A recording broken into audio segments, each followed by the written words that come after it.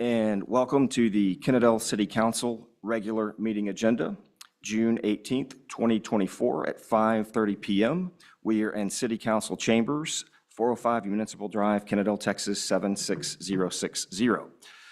Madam Secretary, may I get a roll call, please? Here. Place 1, Glover. Present. Place 4, Gary. Present. Place 5, Navarez. Here. Mr. Mayor, you have a quorum. Thank you, Madam Secretary. All right, at this time, we're going to do our invocation, and we're honored to have the Reverend Eric Armstrong from Woods Chapel Baptist Church lead us. Please stand with us.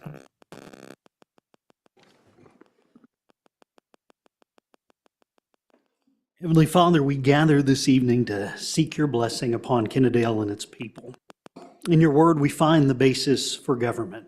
We know that it's to be an extension of your righteous rule and that it exists to promote justice and peace. And therefore, we thank you for its purpose in serving the people that you have created and for its design in ensuring their well-being. And as we stand here tonight, we seek to lift up the leaders that you have appointed for this time and this place. We thank you for their willingness to serve and ask that you grace them with divine knowledge and wisdom to lead.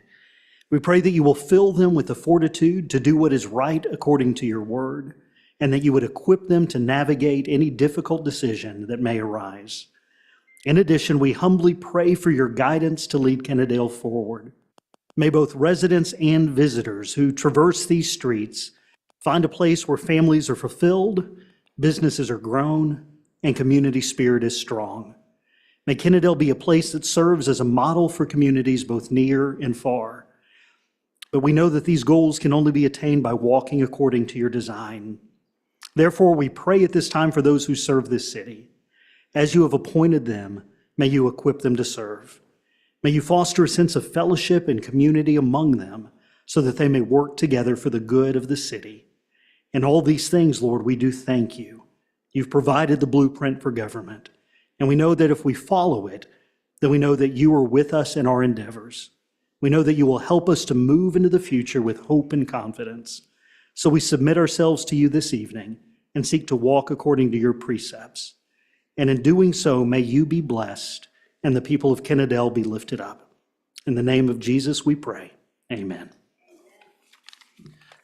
Thank you, Dr. Armstrong. At this time, I'm going to ask our Mayor Pro Tem to lead us in our pledges.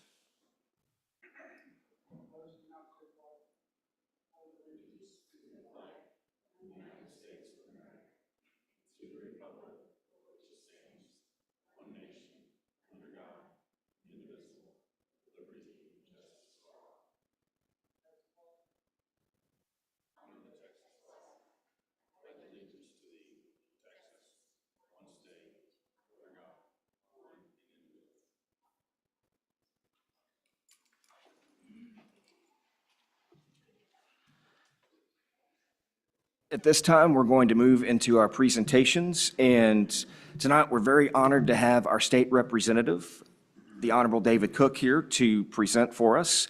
And I'd also like to recognize the presence of two very special guests as well, Mr. Alex Stroba and Coach Jet Teague, who will be recognized tonight.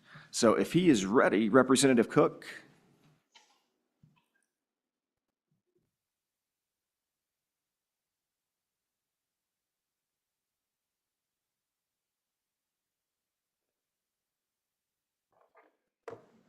Thank you, Mayor. Appreciate the opportunity to be here again this evening, and would first like to just congratulate the new members of the City Council, and again, thank you for your willingness to serve the fine city of Kennedale. As a former member of a City Council in Mansfield, I know your efforts sometimes are tireless and not always fully appreciated, but please know that I sincerely appreciate what each and every one of you do. And I just wanted to come out here and congratulate, first off, start with the mayor. Mayor, appreciate your willingness to serve the city as a new mayor. And we have several proclamations here. And I think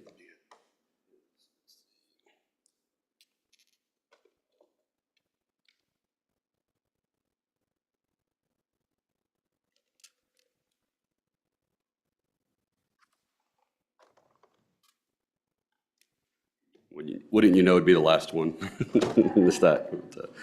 But anyway, so I'd like to just briefly recognize some of the prior accomplishments. Sounds like there's been more than a decade of service in the accounting arena and federal service in that regard, and that you've had a rewarding career in accounting and finance, which will obviously help you in this job, helping to run the city of Kennedale. And I just wanted to recognize also for being a 3-time recipient of the IRS Experience Award, which is, you also hold a master's degree in taxation from UTA here locally. And so, again, just wanted to say thank you for your service and present this resolution to you at this time.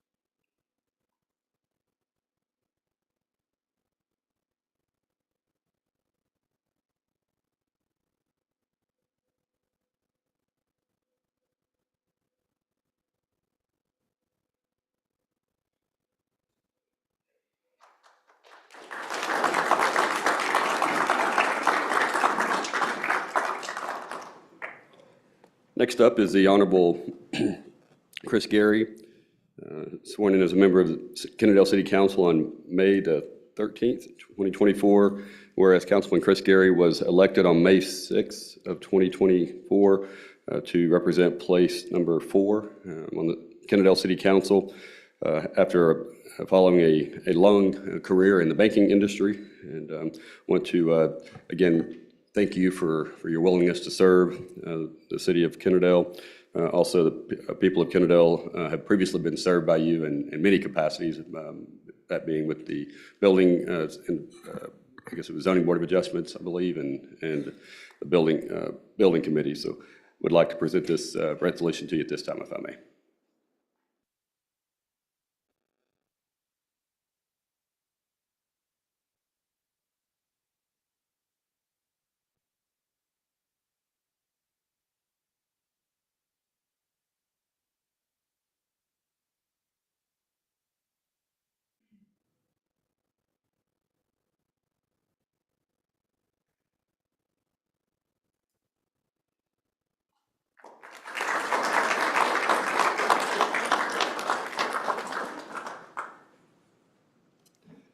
Next is the Honorable Jeff Navarez, place 5.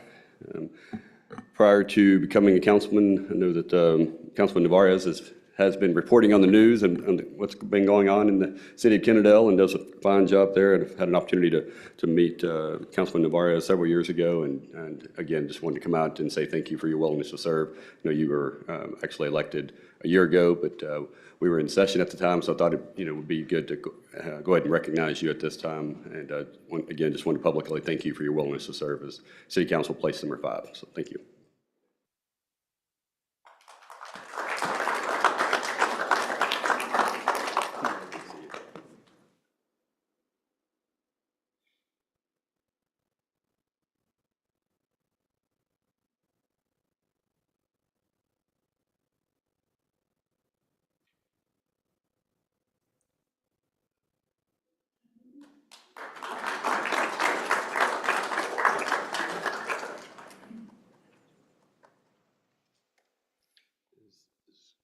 Is Mayor Joplin here?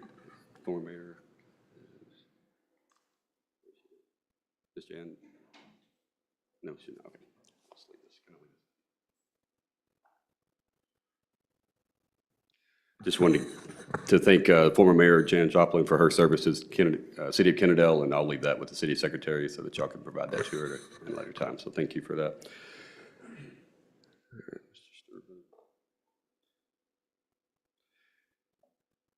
And Mayor, were y'all going to be presenting a resolution or proclamation with regard to the Eagle Scout? Would you like me to? I can Yes, sir, follow if you take the honor on that. Okay, you bet. So I'd like to ask our Eagle Scout to come up here and join me if you can. So Robert Alexander Sturba is of Boy Scout Troop number 222 in Arlington, and he has attained the rank of Eagle Scout and has met his 21 merit badges, and has now been deemed to be an Eagle Scout. And we just wanted to come out and thank you. Not only are you proficient and successful in the Boy Scouts of America, but also see that you're a future leader of future business leader as well, and just finished fourth in the state in that association. So just wanted to recognize you and say thank you for your commitment to serving your community, and look forward to seeing what's ahead for you. So congratulations.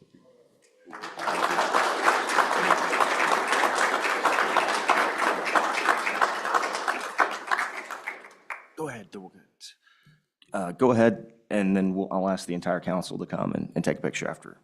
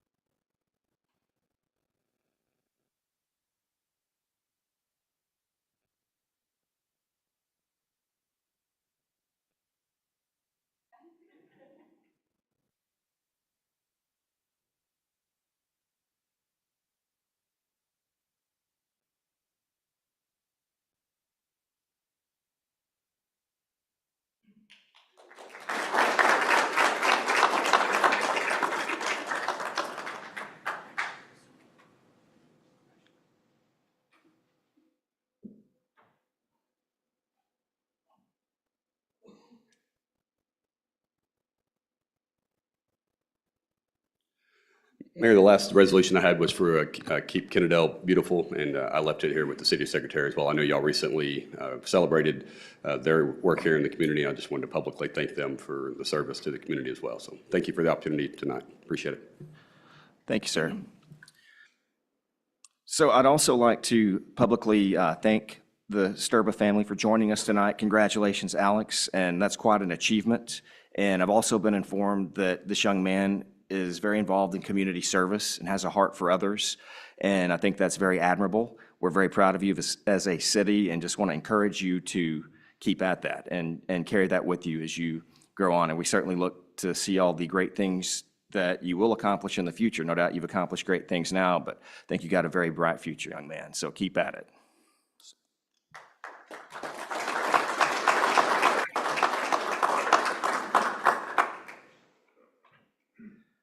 So next, we are joined by a very special guest, and this is somebody who has diligently devoted themselves to a career, a life of leadership, a life of serving others, and a life of serving future generations.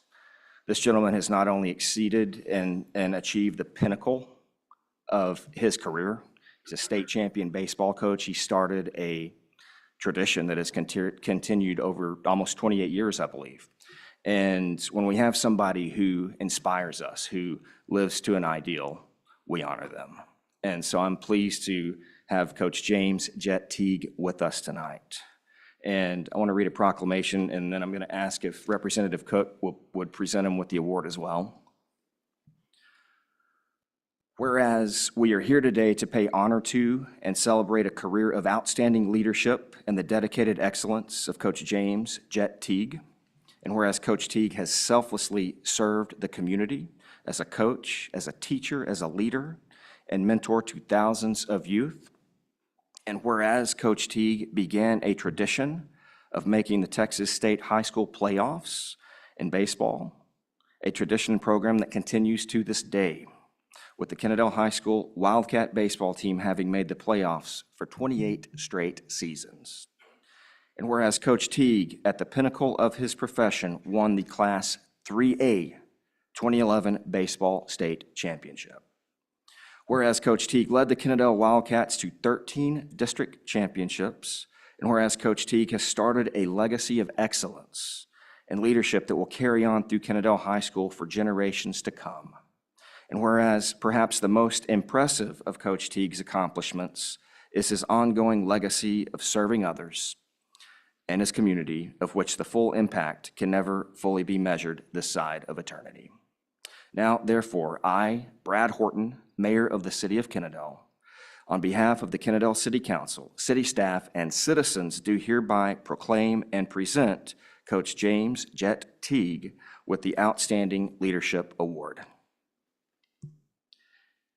And also, I would like to add that this is an award that will bear Coach Teague's name, and we will present this to other outstanding leaders, community leaders going forward.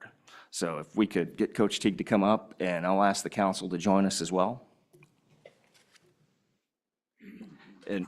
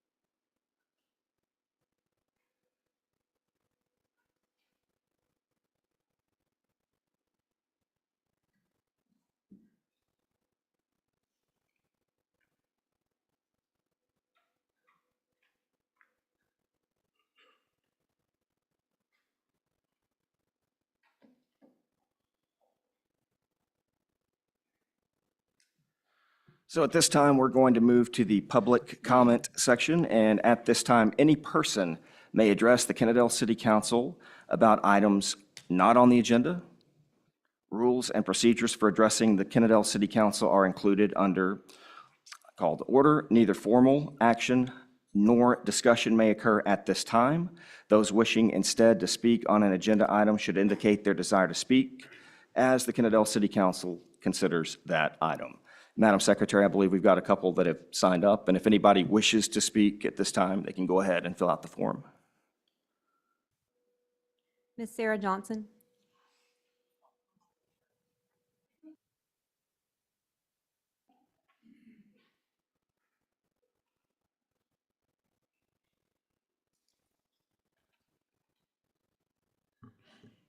Hello. Okay. Good evening, everyone. This is my sixth council, my sixth year as the Sarah Johnson, 221 Village Street, Kennedale, Texas. I'm also the director of the new Senior Outreach Kennedale. I'm also a member of First Bible Baptist Church, where I am a events coordinator, you name it, I do it all at our church. Thank you for letting me speak for 3 minutes. First thing is the Holly Tucker concert is again this year. It's going to be September 14th. Please come. It's a Christian event, family oriented. This year we have food trucks. We're going to have the Union Gospel Mission food truck, a couple other charity food trucks. If I'm going to do outreach, I want others to also be able to, their charities to also benefit the community as well. All right, the other one was, let me see, was the concert.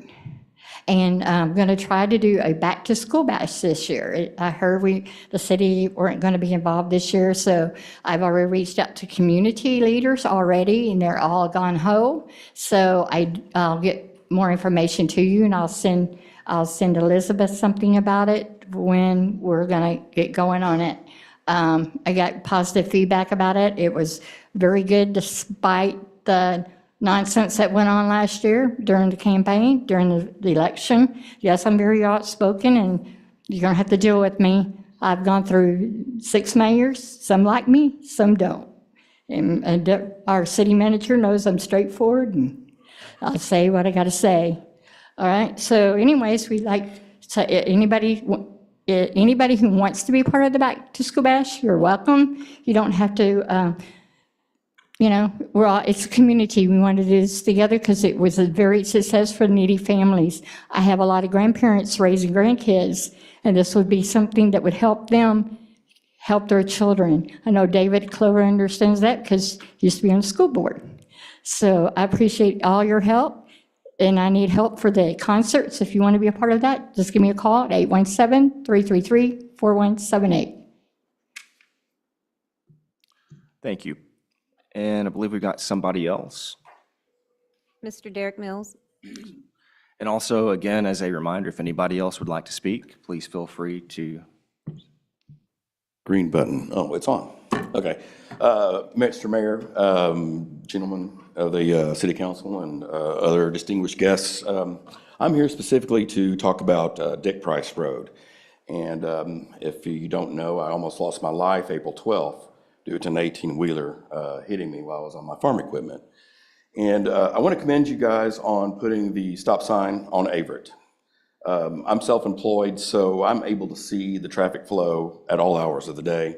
It has helped some. However, it's not helped on the traffic load and the speed. Now, I understand it's almost impossible for police officers to enforce any kind of traffic on that road because of the danger of it. And I don't have any resolutions for you for that. I really do think that the next step would be a light at Kennedale, Everman, Burleson Road and Dick Price Road. I think that will slow people down. Also, I believe there should be a no 18-wheeler or truck turning onto Kennedale, Everman, Burleson Road. There is a newly opened parking lot for 18-wheelers there, and that is causing really bad traffic issues there, because they have to swing out, turn far right to go down to that area to park, which they could also instead take Forest Hill into England and get there. But that is the main issue. That is the Bermuda Triangle, Mr. Holt, you would know. That is the Bermuda Triangle down there of accidents, the bar ditches, and I know this city does not have the funds to improve the road, so I think the only solution I can see would be a light, a traffic light, and maybe restrict truck traffic going west on Kennedale, Everman, Burleson Road. I don't know if y'all are able to restrict traffic at all on this road, or what y'all have in deal-wise with the dump, but there's absolutely no way to enforce the speed limits. It's killing people. People have died on this road. There's constantly trucks flipping over into the ditch, or like me, myself, I almost lost my life that day, all because of the truck traffic. That road cannot handle the load. And with this highway system that is being built, it's just going to get worse. The clock is ticking. Something needs to be done now before we go any further, or it's just going to get worse.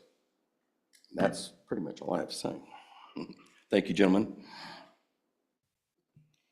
Thank you. Does anybody else want to comment?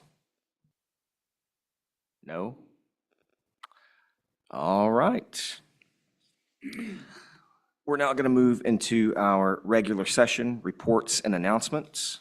And so the first item we have is going to be updates from the City Council and myself. And I believe I started with Mr. Councilman Glover last time, so I'm going to start with Councilman Navarez this time. Councilman Navarez. Thank you, Mr. Mayor. First, I'd like to comment that this is the first time in long memory that where we didn't have a meeting before. We got the regular session before 6 o'clock, so well done, okay, just on that. I just want to say that. My updates, we had our first meeting for the Ralph Mooney concert in the park, which for a preliminary a couple weeks ago. That will be October 12th, and it'll be a day event this year. We'll probably shut it down a little early versus previous years, so mark that on your calendar, October 12th. Of course, we hosted here in Kennedale a TML Region 8 annual dinner, and it was fantastic. And the one thing I wanted to say about that, I'll let you speak about it, Brad, but I got a lot of compliments on Ross, and he's not here tonight, and Nathan isn't either, so Daryl, if you will pass along, I had about 5 city council members and mayors and city staff compliment on how Ross was amazing with their phone calls, so relay that to Ross for me. Of course, I went to the farmer's market, which was a big hit. On the same day, we had the Juneteenth parade, which was amazing, and I wanted to thank the Kennedale Moms of Colors for putting that on every year. It seems like it's getting more popular around the state. Obviously, it's a national holiday on Wednesday now, but we were one of the first to do it in the state, and so I just commend them for keeping with it and keeping on. I met with a developer about a commercial complex, attended the Women's Reagan's Legacy meeting, and we missed you, David, on the last meeting. We hope to see you and your wife there for the next meeting. And I had lunch with the president of the KISD, and we spoke about maybe what the ISD is trying to do with transportation. And I also had lunch with our superintendent, Chandy, as well, and caught up with him for the year and some of the goals the district has for the future. Mainly, we spoke about growth and what they can do. And then I spoke with one of our seniors from the retirement community over by Sonora Park, and she complimented on all the improvements in the park. She complimented how she sat in her backyard now and can see all the new improvements, and she's noticed an increase of use this year, and she looks forward to actually hearing baseball games from her back porch. Also, just so everybody understands, the Commissioners Court today approved a 20% homestead deduction for the hospital district, so yay for that, and that should be on next year's taxes. Thank you. Councilman Gary? Sorry about that. A couple things. I wanted to start off on Memorial Day. I attended 2 services. The first one was the Emerald Hills Memorial Service for Mr. Dietrich, who lost his life back in 2011, 2013, I believe. 2011, I think it was, right? And then Mr. Cook was the speaker there, had some good words to say. Shout out to Chris Jones and them for hosting it. It was very, very, very touching, to say the least. So, and also on that day, me and Mr. Michaels attended the 30th annual Kennedale Alumni Memorial Service at the high school. Had a really good turnout there too. Very touching. So those were 2 great events there. About a week later, attended the Tarrant County's Commissioners Court meeting. Employee awards were given out for their employees across the county. Briefly met Alyssa Simmons and had a good little meet there, and also met Mary and Jason, her managers and leaders over here at Precinct 2. So that went very well. The next day, we had the TRTC luncheon. We went to that. Saw a presentation on the stockyards and the innovation and upgrades they're doing there. And then briefly met Victor Vandergrift that also. So that night, as Jeff mentioned, that night we had the TML dinner, went out very well. I think Eric Tucker from the YMCA was there, presented a lot of information about the Y and what they can do for us and other cities. So that went well. Met a lot of local leaders from neighboring cities too. And then I think about a week later from that, I attended the Area Chamber Directors Luncheon. That was a good meet, kind of see what they're doing, what their goals are coming forward. And then as Jeff mentioned again, this past Saturday, we attended the Juneteenth Parade celebration at Sonora Park. Ms. Sargent, thank you for putting that on. And it was a great opportunity to meet some good people. So really blessed there. So, and that's about it. Mayor Pro Tem Michaels? Well, a lot of stuff that I went to has already been mentioned by the other council, but I did attend both Memorial Day events in the TML Regional 8. Another thing I attended was bicycle safety. I guess it really wasn't a month, but it was a month for Kennedale, and I'd like to thank the Kennedale Courts, Kennedale Police Department, and Kennedale Library for a great event they put on. I think we had about 50 kids show up. They gave out helmets and bicycle safety lights and stuff like that. So it was a really, really good event.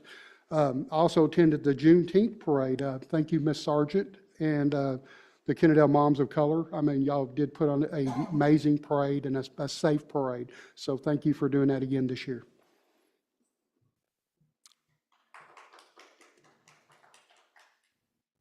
Councilman Glover?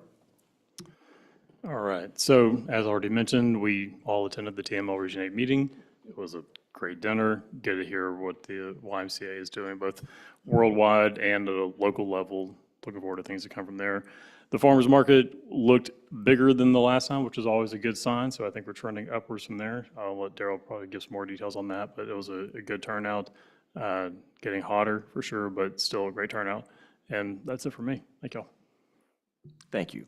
And pretty much everything these guys have covered, but I'll just highlight a couple things. So I did go to the Memorial Day Remembrance Service at Emerald Hills, and Representative Cook gave a very great speech that day, very befitting of the occasion. And I do want to, again, thank Coach Teague for being here. Kyle, thank you for being here. And, you know, Coach Teague, thank you for your service. So we're all in debt to you. And I know there's thousands of people that your life has touched that feel that same way. So we're honored that you would be here with us tonight. Also, the Stroba family, just again, congratulations to Alex on his achievement. Additionally, I did attend the TRTC luncheon and spoke with Victor Vandergriff. And Ms. Sargent, I want to thank you again for having us last Saturday. It was a very nice event, and we were honored to be there. Thank you very much. And I believe there's nothing else that I can cover that has not already been said. Mr. City Manager. No comment for tonight.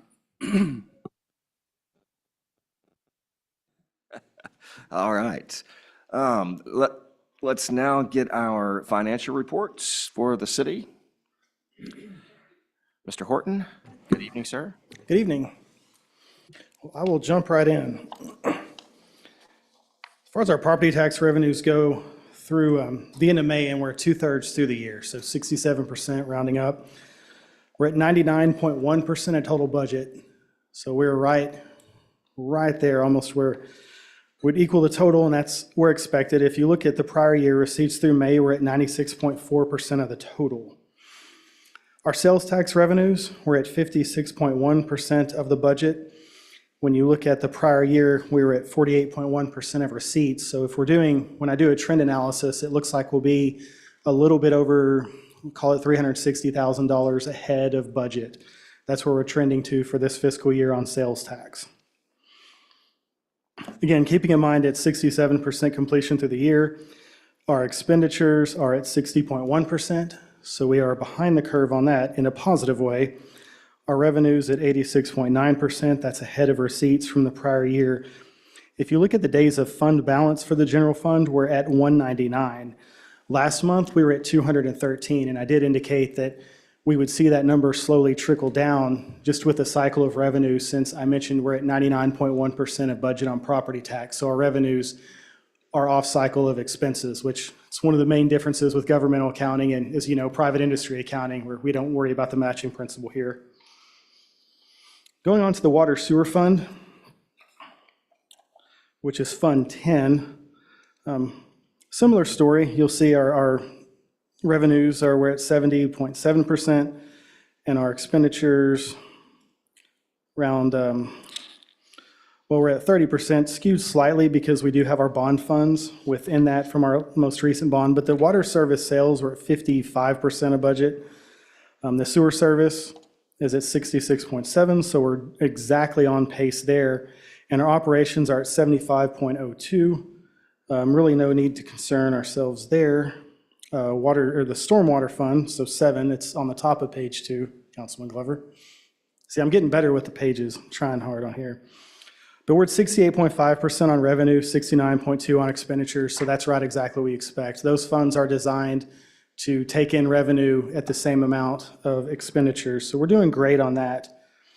With the EDC, and that's on our final page, page 8 of 8, sales tax is going to trend the same as the city, so we're ahead of pace on that. We're at 60.6%. The prior year, we were at 54.4% of receipts at the same point. Our rental fees for the shopping center at 70% of budget, 67% through the year, so we're right on pace there. Our expenditures are at 73.3%. I do want to point out we are ahead of pace because we did purchase property again a few months ago, so that's skewed our trend a little bit there. Do we have any questions on either of those, or any of those, I mean? Mr. Horton? Yes, For sir. the water sewer, or for the water service sales, because of the very wet spring and early June that we've had, do you foresee that running lower as the year progresses? Or would you be concerned about it? I'm not concerned about it because it's going to get hot and we'll have a dry period like we have had the past, I don't know how many years I've lived here in a row. I had a break in my time in Texas, but it does seem that we'll have enough in the reservoirs to handle everybody's lawn watering over the summer. That's the positive part I see of the rain. I really don't see an impact on what our revenue will be throughout the year. Thank you. Any other questions, comments? Thank you. Let's now move to our consent agenda, and I'll open the floor. Does anybody on the council wish to pull any item for discussion?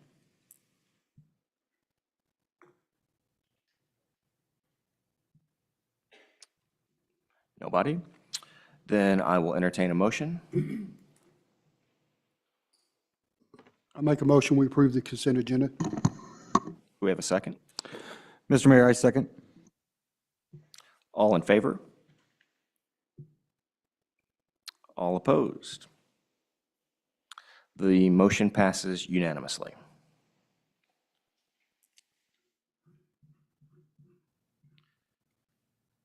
Next, we're going to move to our items for individual consideration, discussion, and/or action.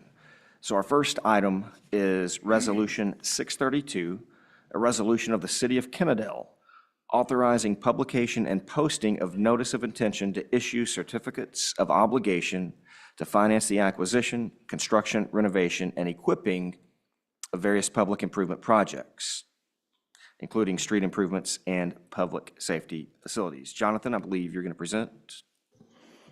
I'll touch on this briefly, and then we have Andrew Friedman with Samco Capital behind me. This portion is separate from what was voted for in the fall. This is an $11 million, and there is a breakdown on the staff report for the fire station remodel at 6.6. The temporary facility for the fire department, we put $300,000 approximate. That'll be the rent and the move while the remodel is taking place. The police station remodel, 1.4, for a total anticipated cost of around $8.4 million. We do have a remainder of 2.6 that's not immediately allocated, potentially for overages, but also looking at street repair or other infrastructure repairs as our language will indicate on the bond itself. With that, I'll step aside and have Mr. Friedman go over some more details on this process. Thank you very much. Andrew Friedman with Samco Capital Markets. Have the privilege of serving the city as financial advisor when it comes to your debt financings. As we visited about at your May 21st council meeting, I participated virtually. This action tonight starts the first step in the legal process to issue certificates of obligation. As it pertains to the general obligation bonds, they were approved by the voters last year. The next action item relative to their approval will be actually authorizing the sale of those GO bonds. Certificates of obligation have a little bit lengthier process, and it begins with this notice of intention where you all adopt a resolution that outlines the amount, not to exceed amount that the city is going to borrow, what the money will be exclusively spent toward, and the council meeting date at which you all will consider the sale of those COs. Upon your approval of the resolution this evening, it'll go on the city's website. It'll go in your paper for publication 2 consecutive weeks. 46 days after that first publication, the city would then be in a position to entertain the sale of those obligations. We are selling these together with the GO bonds And that's really for staff efficiencies and generally for economies of scale to take both of these obligations to market at the same time. They will get the same credit rating. So we'll go through a credit rating process with Standard & Poor's just as we did last year. And then we'll market these not together, we'll market them at the same time. Competitive bidding, meaning that all of the investment banks in the country will have an opportunity to bid, submit their best bid on either the COs or the obligations at your the morning of, your August 20th City Council meeting. So we'll come to that meeting then on August 20th with bids in hand, knowing the interest rate, knowing the tax rate impact for both of these for your approval at that time. So the city, you're not obligating the city at this meeting. That'll occur on August 20th. Between now and August 20th, we'll get certified values from the appraisal district on July 25th. Mr. Horton and I will work through the truth in taxation as you all are also working on your budget for the coming year to ensure that we're hitting the tax rates that you all are seeking to hit as you work through that budget process. And so that'll be an ongoing conversation and efforts that he and I go through together. So with that, I'm happy to answer any questions that you all have, or if I've left anything out, Daryl or John, I'm happy to address it. We'll open up for discussion. Just a quick one, Mr. Mayor, if I may. Andrew, you've been with us for over a decade at least. You've helped us, watch our credit rating. You've actually seen an improvement in the last 3 or 4 years as well. What forecast do you have if we take over these 2 CO and the 1 GO? Do you see our credit rating in the next, let's say, 5 years? It's hard to say what the next 5 years holds. Certainly going through this issuance and taking on more debt. We're talking about $14 million in additional debt. I don't see a negative impact on that. These 2 obligations in particular are supported by the interest and sinking portion of your tax rate. So the credit rating agencies certainly do keep an eye on how much debt you have outstanding, but you all will be repaying this through your tax rate. And you've got the full legal ability to do that. And in fact, we're anticipating that we will not be increasing the tax rate, certainly, in order to support these COs over time. The impact on our credit rating in the long term, going out to that 5-year margin, it's going to have to do a lot with the general health, I would say, of the DFW Metroplex. If we continue to grow, of course, Kennedale's a very desirable city within the Metroplex, given its affordability, as other parts of the Metroplex are certainly under a lot of pressure. I kind of tend to fall under the rising tide floats all boats principle. So I think we could see credit improvement along those lines. And of course, I never miss an opportunity for this. You all's ability to maintain and build your reserves, both the general fund and your utility fund, have a huge impact on your credit rating. So to the extent that we're not supporting general fund operations using utility revenues, that's always a plus.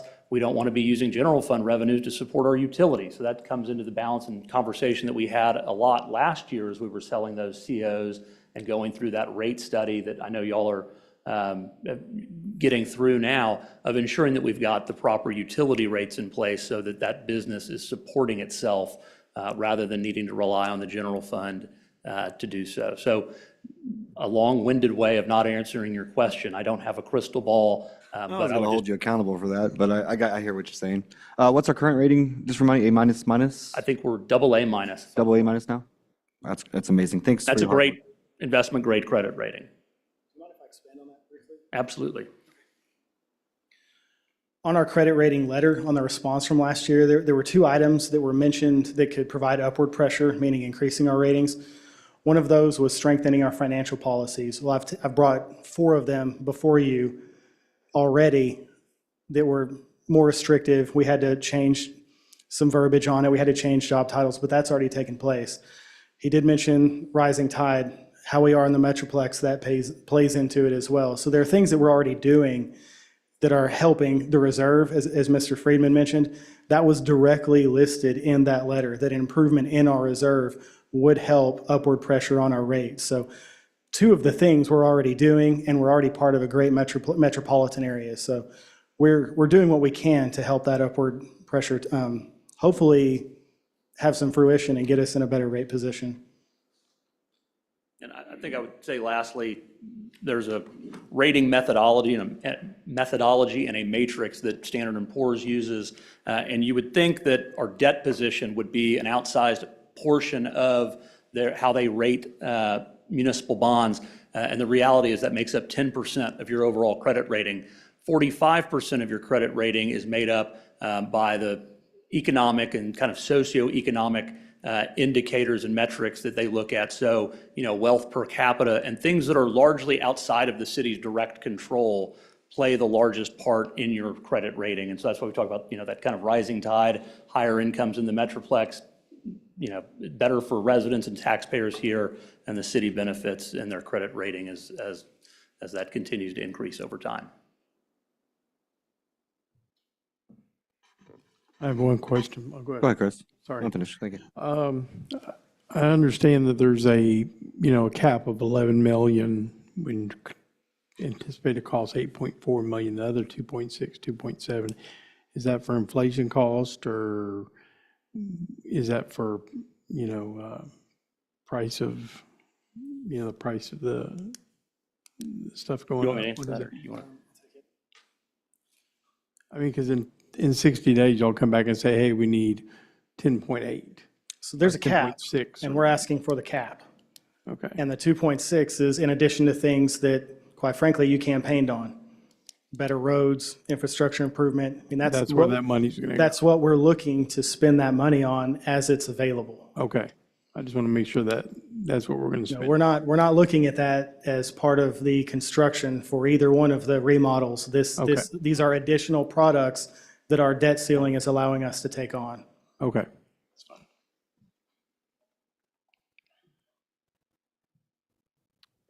Anybody on this side of the dais?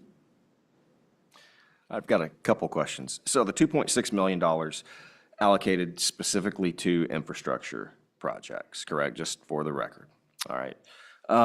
And so the debt service for the, I'll vocally answer that just so it is on the record. Yes, sir. thank you, sir. So the debt service for this, will this be in fiscal year 25 or solely, or are we going to start this year?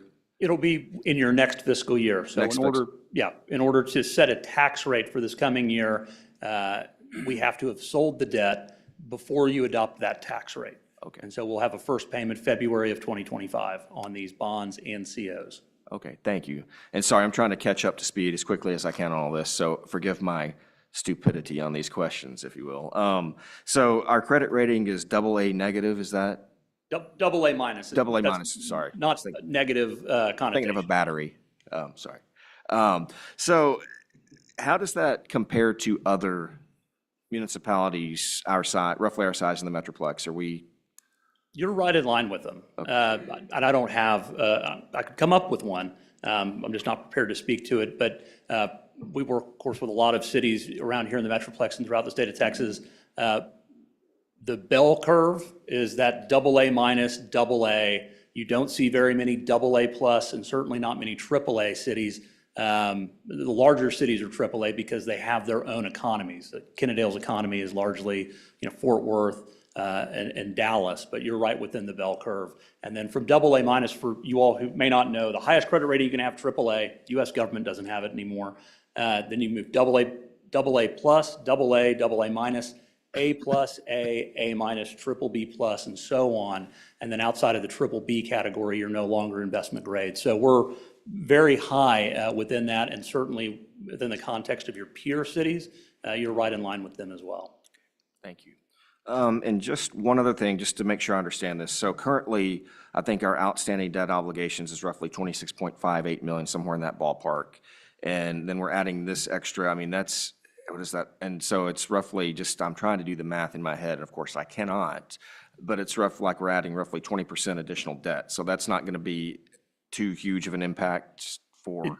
It's not. Where you'd run into, where investors or credit rating agencies would look at this and say, boy, you're biting off a lot more than you can chew, is selling debt without a clear ability to repay it. We're going to be repaying these two in particular. We've got debt maturing, and we've got growth that's been happening in our tax base. And so we're able to layer in new debt, keeping our payments roughly the same as they were and take on new capital projects. And that's done deliberately over the course of decades, really, of selling debt, letting it mature, fall off, layer in new debt, because funding capital projects is largely only achievable for cities through the sale of debt, because you all are legally restricted from building up big enough reserves to go and pay cash for your needed projects that, if we've learned anything over 3 years, they get extremely expensive very quickly. And to the point of this extra $2.6 million, there's no guarantees that the cost of these remodels or projects to have some extra money in the budget should things come in, slightly more, because we've seen a lot of that over the last 3 years. Any further discussion? No. Mr. City Manager? On the issuance of the bond, currently we have 3 projects that we're looking at. One is the public safety remodels. 2 is the GO bond for our parks system. The third is the 2.6 for infrastructure in general. For some reason, if the council decides to split those 3, the CO, the GO, and say later another CO, what are the consequences of doing that if we separated to take debt on now, then turn around and say the other 2.6 6 months from now? Does that affect us, how we go forward, or do you recommend that we take that debt all as one? Just to make sure I understand, are you suggesting we reduce the 11 million by $2.6 million and then go out for $2.6 million Later. 6 months from now? I would suggest there's not any real impact other than you take on the cost of issuing debt one more time. So that's paying not only financial advisor, bond attorney, going back to the rating agency. There's nothing that says you cannot do that, but that is the cost of splitting that out. The cost of issuance, yes, sir. And I'm not a big believer or trying to prognosticate where interest rates are going, but you take interest rate risk of, what interest rates you have now versus where they'll be 6 months from now. The broader markets would tell you they should start getting lower, which might play into your favor. But the other thing we've seen is that the cost of projects and inflation continues. So will your project be more expensive 6 months from now? Maybe counterbalances that. I don't pretend to have a clear answer. My suggestion is always borrow money when you have a project, not because it's cheap. And so if you don't have a need for the $2.6 million, I'd suggest you don't borrow it. But I think the circumstances you all find yourself in with these projects, it does make sense to proceed that way, but we can always reduce it. You're authorizing up to $11 million. If 30 days from now, you all say, you know what, we'd rather borrow $8.5 million, we can certainly do that, and that's what we would bring forward to you all on August 20th. Thank you, sir. So should the council determine 30 days from now that we'd rather do the 8.5 instead of 11, that we don't have to postpone it another 30 days after that? Sorry, just. No, there's no formal action needed by the council. It could be communicated to us just through city administration, and we'll proceed that way. All right. Thank you. You're welcome. Any further discussion? Mr. Mayor, I just have one comment. It's really more for the citizens present and online. So right now, the city has 26.5 million in principal outstanding. Principal and interest of that is 36.5 million. This new debt's going to be 11 million in principal, almost 17.5 million combined principal interest. That's going to bring our total debt to repay all that to about $54 million, just so everyone here is aware of that, who's present and watching online, just so everyone has an idea of the debt that the city's taking on. Not a negative against it, just trying to make sure everyone's aware. That will actually be part of the budget book as well. We have to disclose how much outstanding debt the city has, so they'll be able to see it within the first 3 pages of the budget book when it comes out. Thank you, Councilman Glover. I appreciate it. Any other discussion? I'm sorry, can I make one comment? Right off of what you're saying, we also have debt that falls off between now and the next one that matures. So if we take this debt on, it's just like your checkbook. As you pay off your car, that debt falls off.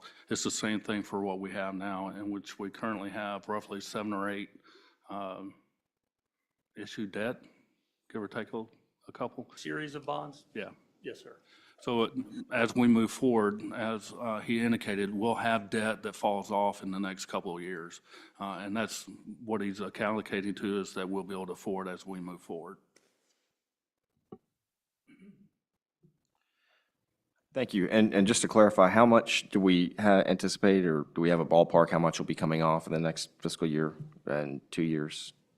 What I can tell you relative to the general fund, our annual payment, principal and interest that's supported by your taxes this year, $1.7 million. This coming year, without the issuance of any new debt, would be $1.5 million. By 2029, that number drops to $722,000. With the issuance of this debt, we'll be keeping it closer to or just below its current level of support. Any other discussion? I'll entertain a motion.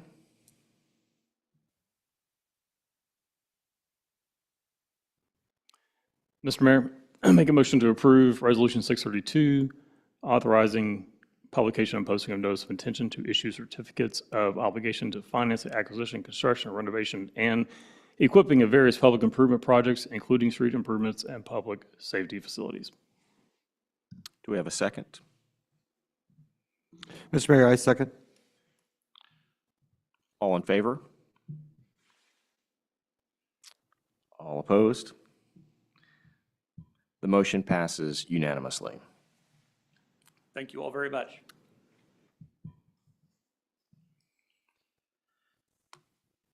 Our next item for individual consideration, discussion, and/or action is Kennedale's Supervisory Control and Data Acquisition, or SCADA, system upgrade with the City of Arlington. I believe Mr. Christian is going to start us off.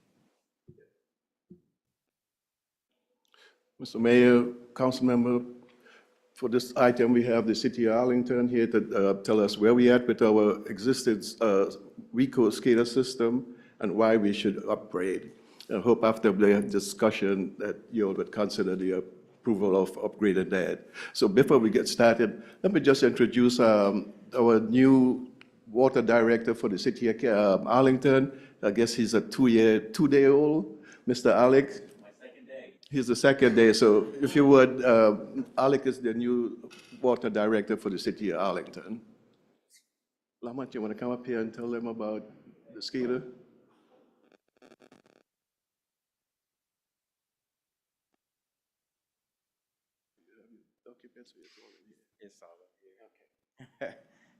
Good evening.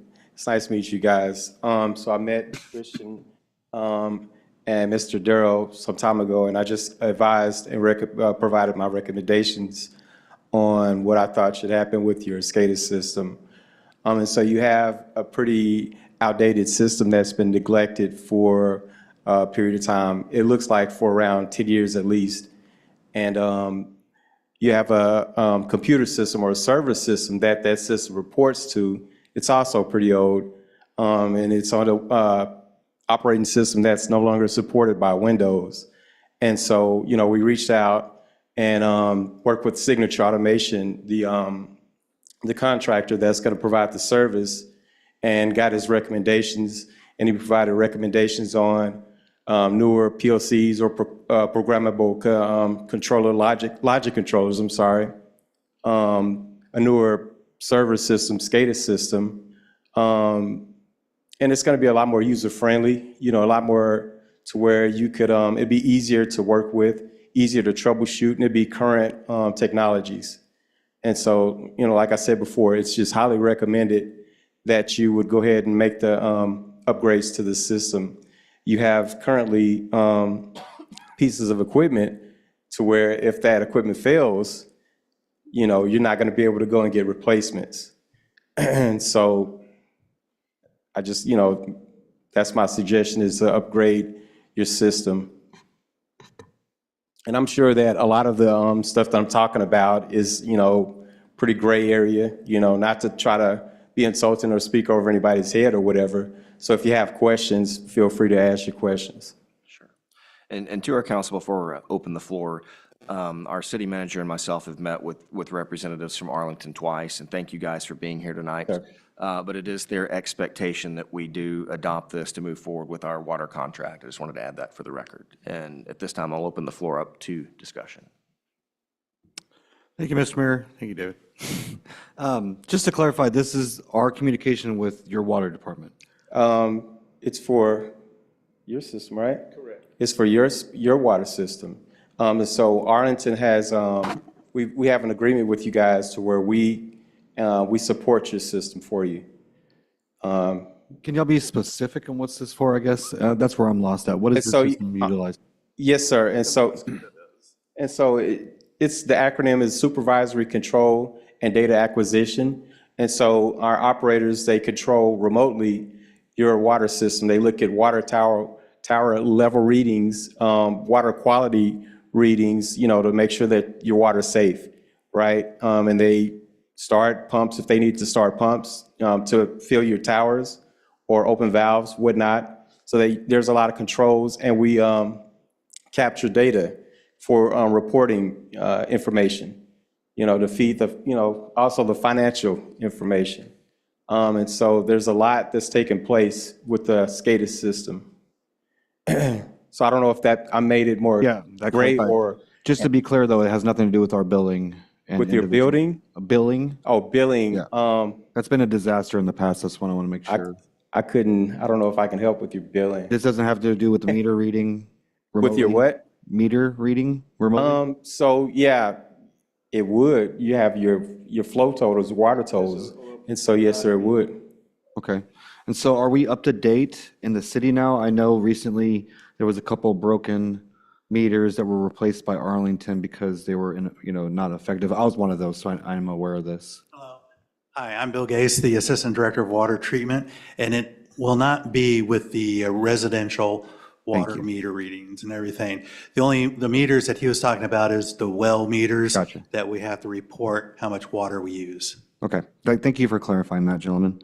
To council, obviously we need to do this. If he's saying it's 10 years old, an outdated OS, we're talking about Windows 7, God forbid if it was Windows Vista. And just to put it in perspective, and I tell my clients this, 1 year in computer world is about 10 years in human years. So we're looking at a 100-year-old system. My only concern is the big jump between systems.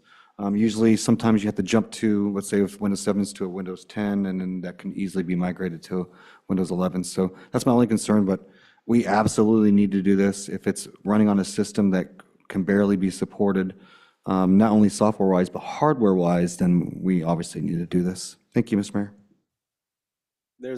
I'm sorry to interrupt. There's another factor. And so at this day and time, we have this cybersecurity issue, and that's a very big thing now. And so you run a very high risk of your system being compromised by utilizing outdated pieces of equipment. And so I just wanted to make you guys aware. And like I said, again, if you have questions, feel free to ask your questions. And that's a great point. What he's saying is because it's no longer supported, it's no longer updated. And so everybody in the world knows the known bugs and backdoors to the system. And in fact, they can easily use AI technology to scan every phone number on the internet basically and see what the response. And the response usually from a server is what the OS, what version it is, and does that with websites as well. So that's a great point. Thank you. Yes, sir. Councilman Michael? So basically, this new system is basically the brain control of our water system. That is So correct. It'll tell us when the pumps need to come on to fill the standpipe or the elevated storage. It'll monitor the pressure of the system to tell the booster pumps to come on. So that's basically what it nutshell. is. We just need to upgrade our system. Yes, and sir. more cybersecurity so someone can't hack us and turn our booster pumps on. And start That would be maintenance a work. big advantage for Okay, you. sounds good to me. Thank you. So my previous company, we built data centers, so I'm familiar with SCADAs and PLCs and the automation world. Totally fine to move ahead. I do have a question though, since you brought up security, and that's always an important thing. We don't want to get locked out of our system by a hacker in another country. Who's responsible for the security of the system today? Today, Who will be responsible after we get done as well? as long as Arlington is in the agreement with you guys, I would be responsible. Myself and there's another gentleman that's in training. And so it'd be our team. We'd be responsible for making sure that you guys are secure. Okay. Would it be possible to, not in this meeting, but would it be possible to see a report in the future, kind of outlining what those measures look like at a high level is fine, not, and Yes, sir. we just like to know from a InfoSec standpoint, the controls that are in place to make sure that we're not a open target. Yes, sir. Thank you. Mr. Mayor, just one little follow-up from Dave's question. What kind of redundancies do we have just in case that system is, because that's happened recently. Today, you don't have any redundancy. If we move forward with SCADA, then SCADA. There what's will the be redundancy? redundancy, yes, sir. So if somebody locks it up and tries to say that we need to send them 1 million crypto, we can just delete and re-upload, correct? Yeah, yeah, you wouldn't have to be as concerned with, hey, that potentially could happen, you know, so, yeah, but redundancy, currently, you don't have redundancy. All right, thank you. Also, just want to let you know, it's separate from Arlington, so we're not going to their system. It's our independent system. So if, for whatever reason, we have a security breach, Arlington's not affected, or if Arlington gets affected, we're not. So it is two separate systems. We're just getting where we can operate. Correct. It's against my recommendation to combine your SCADA system with ours, because like he just said, if we get compromised, then you're already compromised, and vice versa. And so it's never a good idea to combine those SCADA systems like that. You always want to isolate. Do we have any other questions, discussion? One more. So this is not a budgeted item. This is just something that, so I guess we're going to be paying for this through water funds? Yes, or through bonds. Okay. Some of the bonds that we have, we still have infrastructure that we can do, and we can utilize it for this. Okay, thank you.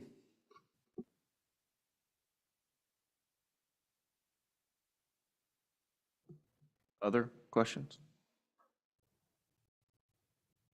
Anything else? That's all I had to add. Certainly, thank you guys for being here tonight. Thank you. If there's no other questions, I'll entertain a motion. Mr. Mayor, I make a motion to approve the new SCADA system to upgrade our water system to communicate better with the city of Arlington. Do we have a second? Mr. Mayor, I second. All in favor? All opposed? The motion passes unanimously.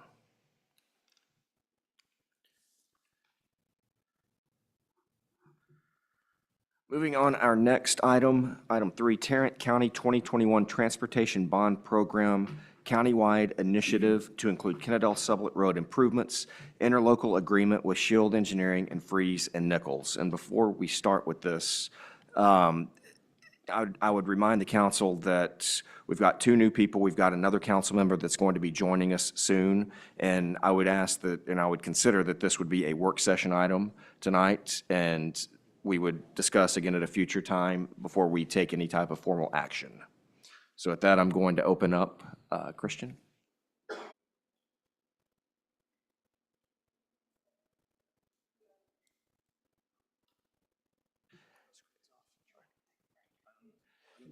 Hey, everybody, let's hold that thought. Let's take a 7-minute break. The time is 6:38, and we'll be back at 6:45.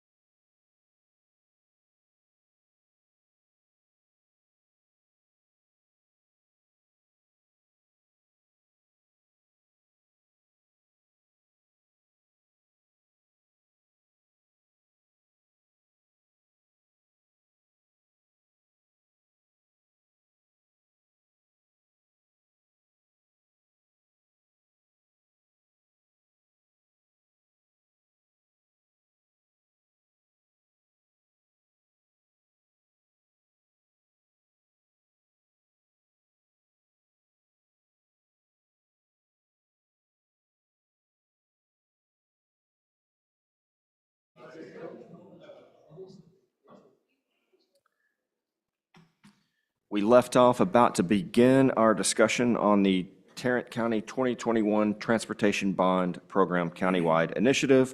We had just handed the floor to Christian and Max, and here we go. Wonderful. Thanks for having us. So today I wanted to give you guys an update and kind of a recap of what's kind of gone on with the Kennedale sublet. Some of you guys know the project, some of y'all might not, but there was a realignment study done. And to give you guys a little bit of history, back in 2020, the city of Kennedale hired Shield Engineering to perform an alignment study on Kennedale Sublet Road. Basically, take it, realign it.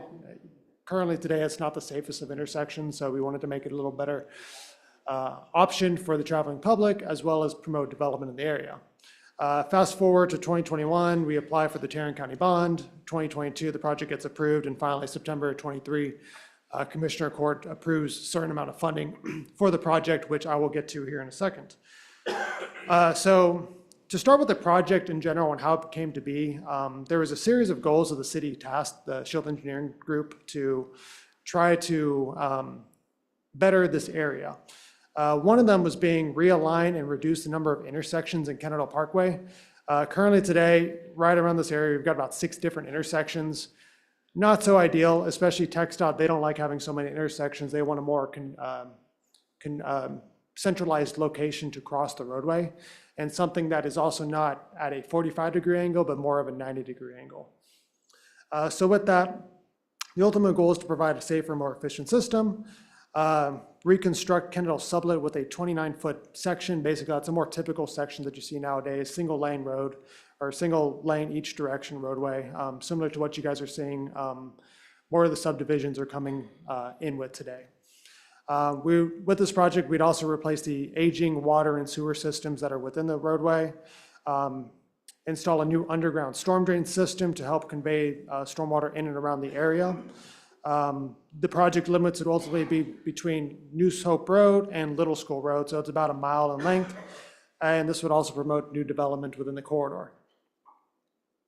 So going through this, we went through about 3 different alignment options. This first alignment option had some advantages. It would connect both Kennedale Sublet Road and Mansfield Cardinal into one intersection, and it would eliminate 2 of the intersections, just have one at the very end. Disadvantages with this is the alignment. As you can see today, I'll try to throw my cursor right here, but this property is actually within the cemetery. Speaking to the cemetery officials, there's no marked graves in that area, but they think there is something there. So with this option, it pretty much killed it immediately, because there'd be a lot of archaeological investigation that have to go out in front to make sure that there are no, bodies or remains in that area. Another issue with this option is we'd have to relocate the burger box. And at the same time, it does not connect intersections. It does not reconstruct intersections on the other side of the parkway, which is an ultimate goal of the city as well as TxDOT. So jumping into alignment 2, this is a similar situation. We fixed the issue with the burger box. We're not taking it out. However, we're still going through the cemetery. After speaking with the cemetery, again, even with this reduced amount of scope within their property, it is still less than ideal, because again, we don't know what's there. They don't know what's there. Chances are it would just be a no-go once you guys start digging. So finally, we come up with option 3. This has the advantages of it avoids the cemetery. It reduces the intersections from 4 to 2 within this corridor. It also provides safer intersections while tying in the roadway at a 90-degree directly into the Kennedale Parkway, which is a big factor for TxDOT and how they approve and get the projects going for reconnections into their systems. Some of the disadvantages would be it would require additional right-of-way acquisition, as with all the other projects. However, it does limit the impacts to the burger box. The burger box would be able to stay in place. We'd have to take some of their property. However, there is some abandonments that would happen that we could donate to them and reconstruct their parking lot to solve these issues. Going forward for this project, and without going into too much detail into the actual scope of the project, but this is the overall exhibit of what was presented to Tarrant County, showing basically going from New Hope Road on the west side all the way to Little School Road, to where it is currently improved right at the roundabout. So it's about a mile in length that would be approved, as well as some additional improvements to Mansfield Cardinal Road, as well as a few different improvements to Short Street, 3rd Street, and 4th Street. Going back to the project history, 2020, we completed the alignment study. 2021, the city instructed us to proceed with the Tarrant County bond submission. We submitted it. May 22, they approved the program, the bond program as a whole. And September 23, they accepted this project in particular and allotted a certain amount of funding to the project.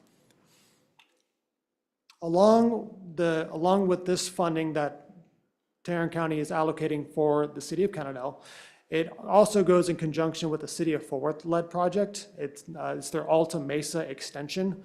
So with the ultimate goal of Tarrant County, and the reason why this project is high priority on their list, is that they will, with the reconstruction of Alta Mesa or extension of Alta Mesa by the City of Fort Worth, we would be able to basically make a connected roadway from Fort Worth to the west side of Kennedale, to the east side of Kennedale, and then ultimately to Arlington. So nowadays, you don't really have a through connection that's easily accessible to the traveling public. This would basically cut down travel time and provide an alternate access in case 20 is backed up or some other roadway is backed up in the area.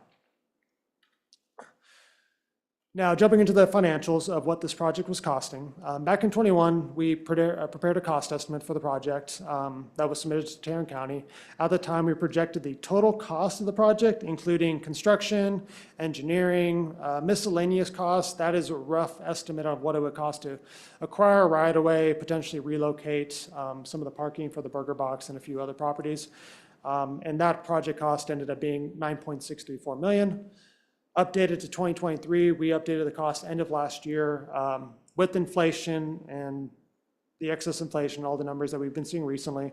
We're projecting an increase in cost to about $13 million in today's money.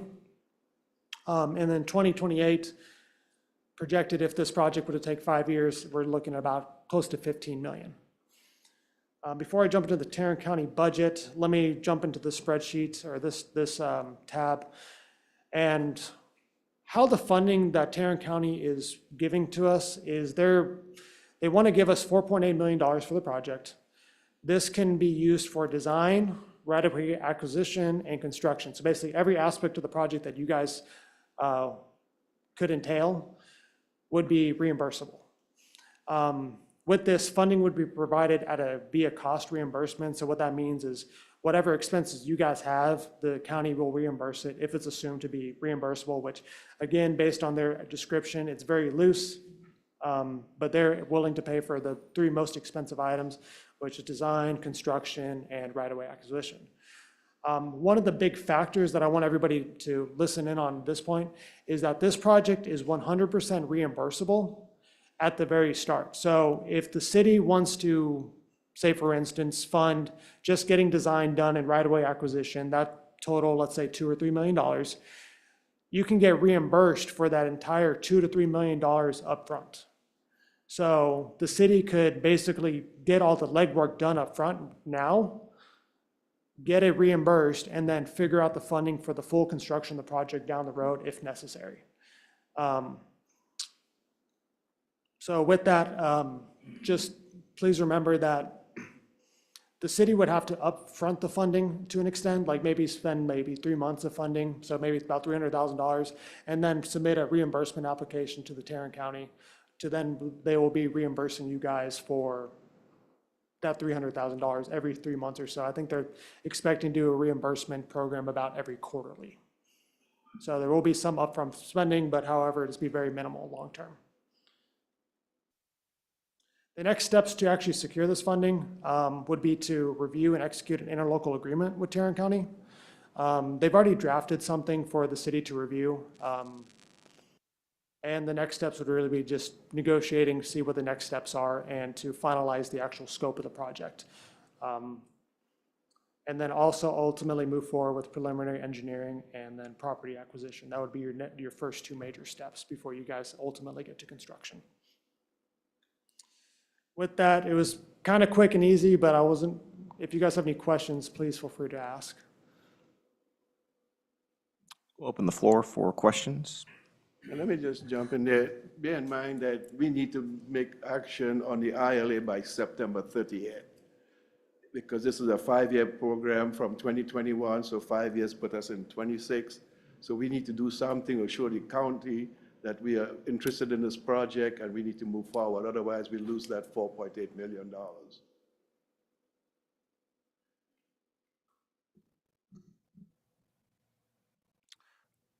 Mr. Mayor, I just have one small question. This may be too much into the weeds, but I know turning left from Sublet onto Kendall Parkway is a challenge today, in part just because of that angle.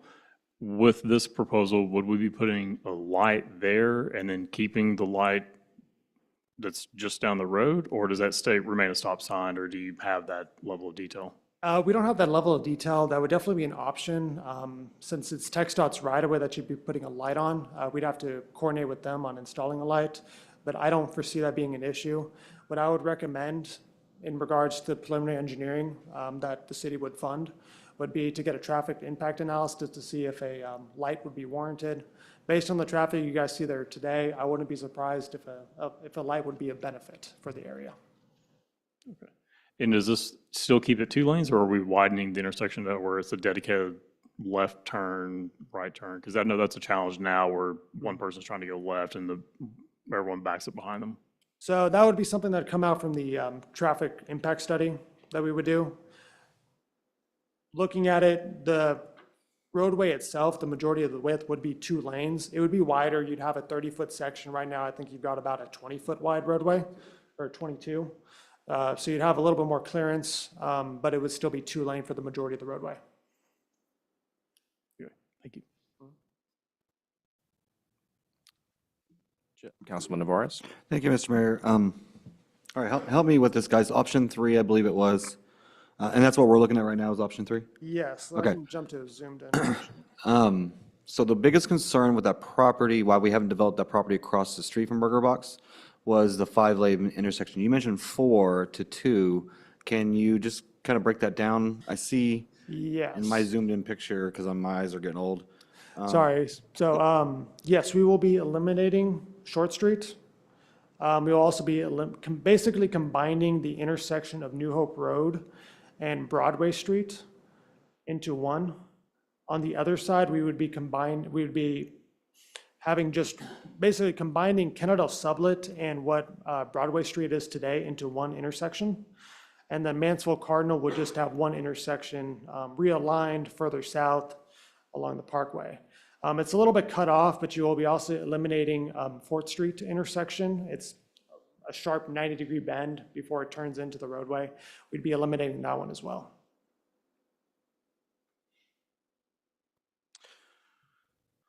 So the street in front of Advance, that's the one we're shutting down? Which one? Yeah? Yeah, so the roads would still be there, they would be abandoned, right-of-way would be abandoned, you'd probably put a turnaround, a cul-de-sac at the end, but you wouldn't have a direct access to the parkway anymore. From the Parkway, okay. Okay, and then slide down to the future Tarrant County extension. Can you just elaborate on that? How are we connecting to Fort Worth? Oh, this one? Yeah, so, sorry, I wish I had a better exhibit, but basically, you've got Anglin Drive, which doesn't exist today, or sorry, not Anglin, Alta Mesa between Anglin and Dick Price. That road does not exist today. It goes south of the landfill, and it would tie into Averitt Road, which eventually turns into Broadway, which eventually would turn into Kennedale Sublet.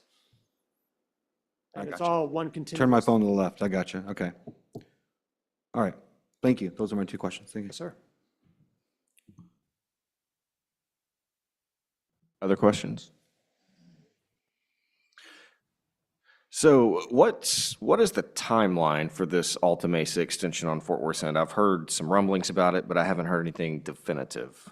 So every project in this has the same timeline given by Tarrant County. This is also another Tarrant County bond project. So they're giving us the same 5-year commitment same 5-year commitment we have that they have. So they're looking at, ultimate goal was be completed with all these by end of 2027.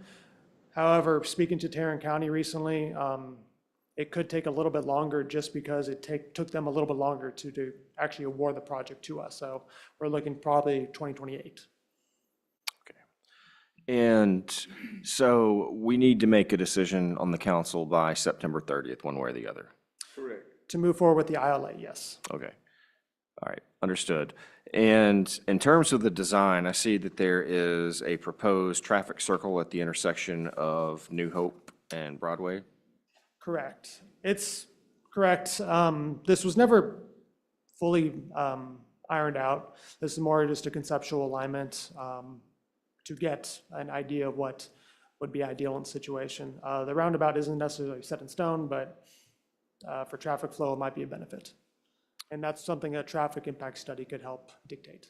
Understood. I think that, just based on what I've heard and, not to put you on the spot for city manager, but I don't know that, I'm glad to hear that's not set in stone because I think we might like to come up with something better. And I think some of our folks that live down New Hope Road may not like the traffic circle. And just for the record, where Broadway Street dead ends, I've gotten some questions and feedback. You can see it looks like a traffic circle there, but that is not a traffic circle, is it? Because people were thinking that they were putting a traffic circle right there about 10 yards off of the parkway, and then we're going to extend across, and like, that's going to be a logistics nightmare. And just want to, for the record, that's not a... Correct. That would just be a turnaround for fire trucks.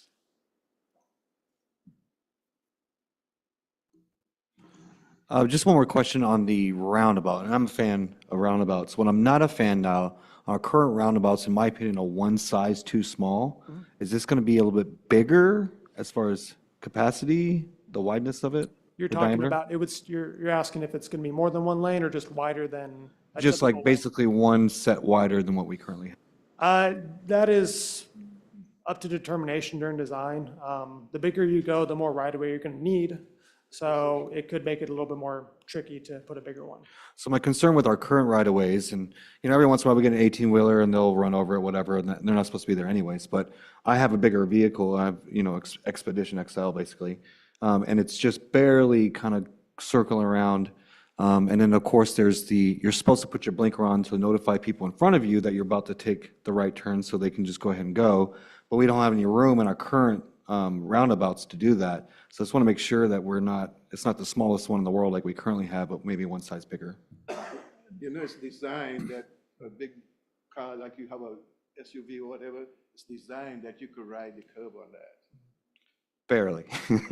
But my biggest concern again is by law, I'm supposed to put my blinker on. So if I take the turn in our current ones, I'm already turning into the lane. And so it's supposed to just notify for flow of traffic, people ahead, that they have time to jump in. And that's probably our biggest problem at the Wildcat Way one, is just that timing of it all. And that's why for the future, if we do something like this, let's just make sure it's just one size wider in diameter, which I think doubles it if I my math correctly. But that way we just have the room to blinker and just be correct about it. Absolutely. There's a whole design standard that AASHTO puts together. It's done by the U.S. Department of Transportation. They've got a million different regulations and recommendations for specific situations like that to help overcome it. Mr. Mayor, if I may have one more question. The owners of Burger Box are okay with this design? Because we're going to be bringing a road right up to their doorstep. So when this was originally done in 2020, the only communications I had was directly with the cemetery. Speaking to city administration at the time, the talks begun with Burger Box. I just don't know how far they went. So, and that's the same with all the right-of-way acquisition that would be required for this project. Most invasive one is probably going to be the Burger Box. However, the other ones are still going to be talking points too. So you'd mentioned we would give them some of the land that we reclaim behind them, the road that's going to get shut down. That was the original. Extending their parking lot into there? Yeah, that would be the original intention of the overall alignment. That why we move forward with this one is there's certain right-of-way abandonments on here that kind of cross-hatched looking areas. That would be right-of-way abandonments just because we're realigning the road. We don't need it anymore. Those could then be dedicated to the neighboring properties, or they could be left as access easements. It just kind of depends on the situation. And it's just it could be used as a negotiation tool. Thank you again. So I have a question, if you don't mind. So the Number 3 that we're looking at here, that's the least effect to our current businesses in that area? It's Is that what you're saying? it's the least effect while also obtaining the original goal of the project. And then like to ditto what Mr. Glover said, the biggest deal is at the end of Sublet, the end of Kendall Sublet, when it gets to 287, is that going to curve a little bit more to make it more straight so people can see turning left? Yeah, so that's the original It's not goal. going to be facing northwest, It's going to be a 90-degree turn. 90 degree, So okay, you'd have a better, clearer view of either direction than you do today. okay. Councilman Michaels? What is the current right-of-way on Kennedale Sublet, especially the area up there by Burger Box? I believe the whole width along that is 50 feet. 50 feet? And then with this new proposal, it's going to be sidewalks too, right? On With both sides? sidewalks, yeah, we can fit the proposed section that we're here, minus if you want an extra turn lane at the intersection. A 50-foot right-of-way would be enough width to fit So sidewalks. we're looking at a 29-foot road with 5-foot sidewalks, because 5-foot sidewalks have to go in. So that's another, okay. And then basically that intersection, I guess, would be with Burger Box. By your plans, it looks like we're moving the traffic light down to Kennedale Sublet, and then the Crestview light would be gone. No, that is not the intention quite yet. Well, I mean, I don't understand why we needed a Crestview light, so you'll have a light. To me, that just defeats the purpose. You can do signal timing between the lights to help address when one on the Parkway turns green, the other turns green, so you won't have any flow Right, issues. but between Kennedale Sublet and Crestview, there's probably 200 feet. Yes. So if you put a light, that's not going to fix the issue that we have every morning with traffic backing up. So the best thing is to do away with that light. But then my other concern is if we're fixing to dump a lot of money to remodel the fire station, and then we just cut off access to them to New Hope Road. So now they're going to have to make a left, then make a right, and then hit a roundabout. So, I mean, It wasn't original intention to remove the light at Crestview. And it has not been decided yet if there'd be a light added to Kennedale Sublet. That would be more of what talks with TxDOT as well as a traffic warrant study to see if something like that would be warranted.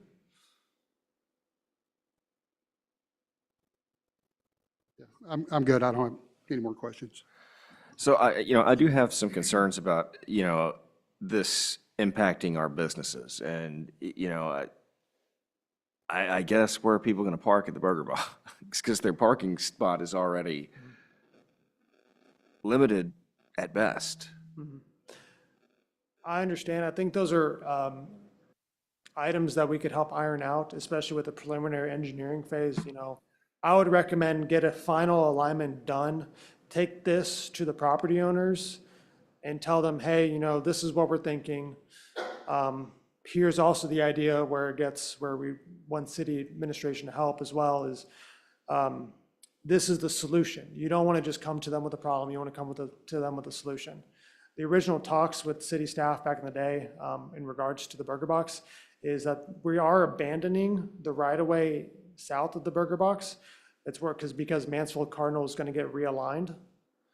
This portion could then be dedicated to Burger Box as an idea for parking and provide them new parking spots. So those ideas have been talked to briefly. However, I would recommend take this a little bit further, get an alignment study finalized and figure out what would be best for the situation. And then take a preliminary plan to Burger Box and the other affected property owners and discuss with them. This is what we're thinking. This is how we think we can make it right by y'all. Mr. City Manager, did you have something? No, I'm good. All right, so at this point, I think we've got some questions that we need to continue our discussion on and some issues that do need to be ironed out, cognizant of the fact that we need to have a decision as a council by September 30th. But obviously, with myself being new, Councilman Gary being new, we've got a new council member joining as well. Certainly would like to continue that discussion in the coming weeks and months. And does anybody else have any other items that they want to talk about on this? Well, Mr. Mayor, I mean, I'm okay with waiting to decide what it's going to look like or hash it out that way, because obviously we all have some questions about this layout. But I would rather secure the money as fast as we can, and then we can hash the rest of it out later. It's kind of where I stand with it. Because right now, we're only voting on if we're going to secure the ILA with the county, right? But not what the project's going to look like? Because you can use that money to help iron out these questions right now. And that's the ultimate goal. And that's one benefit of this program compared to the Little School Road one, is this one's 100% reimbursable upfront. So you guys can use the county's leveraged money to help figure out and iron out these last few issues. Understood. And I think one thing we need to figure out as well is how are we going to finance this as a city? Because I don't think we have the $5.1 million right now to do that. Do we know if Tarrant County will match the new projected cost No, they're set at 4.8. based off of 2020 numbers? Correct.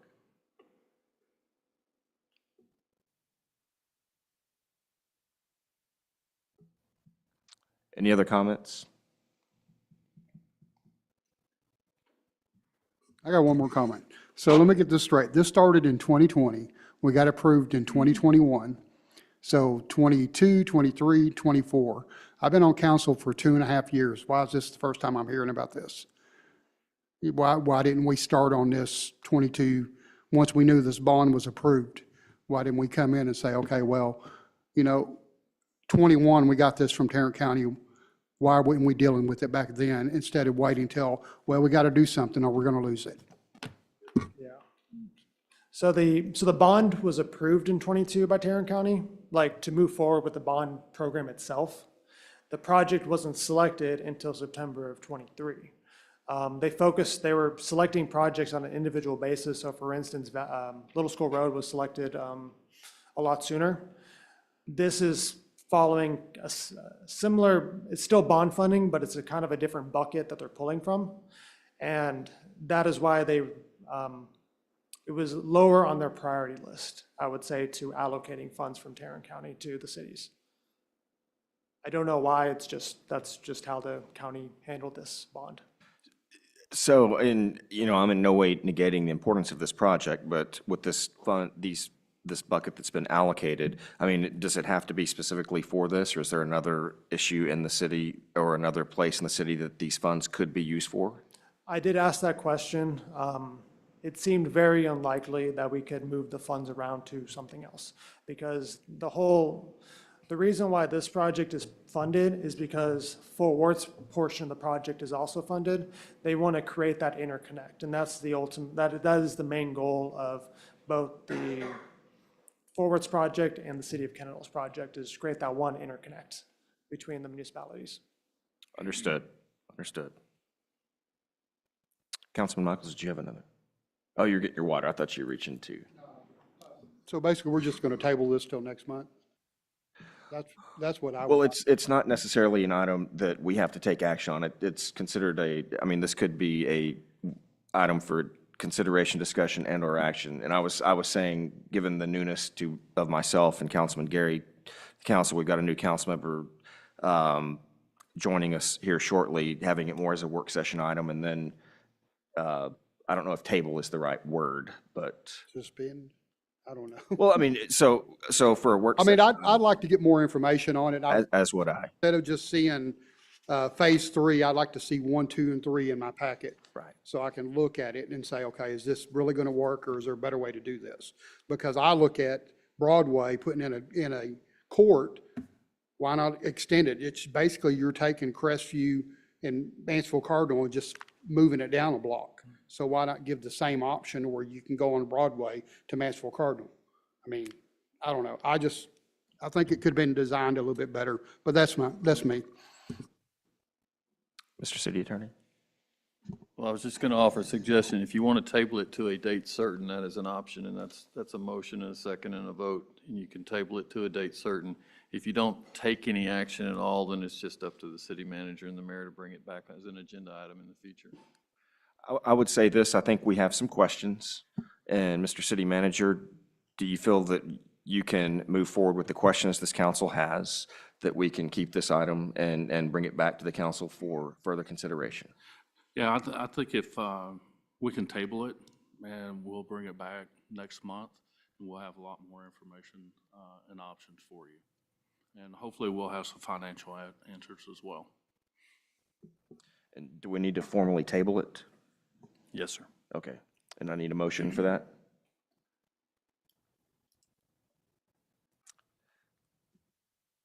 Do we have a motion to table? I make a motion, we table the Tarrant County 2021 Transportation Bond Program countywide till next council meeting. Do we have a second? I second it. All in favor? All opposed? So the motion is deadlocked at 2-2, and I will vote. Do I need to vote? Just vote to table. Breaks ties. Vote to table it. The motion to table passes 3-2.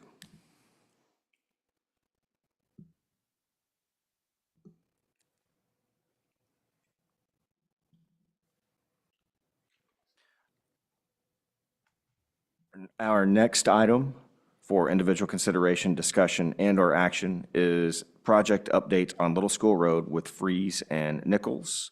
And I believe Christian is also going to present along with Freeze.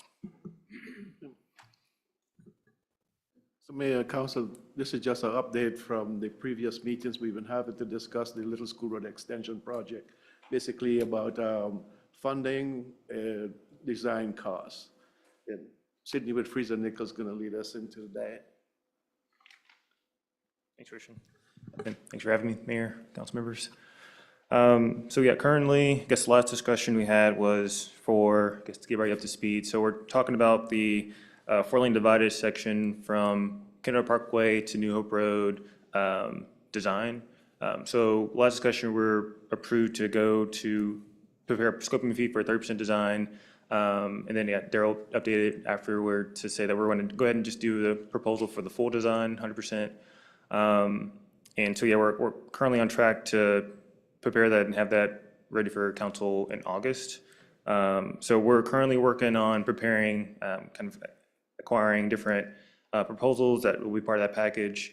I did have a couple, I guess, questions to the city about what we want to include in that.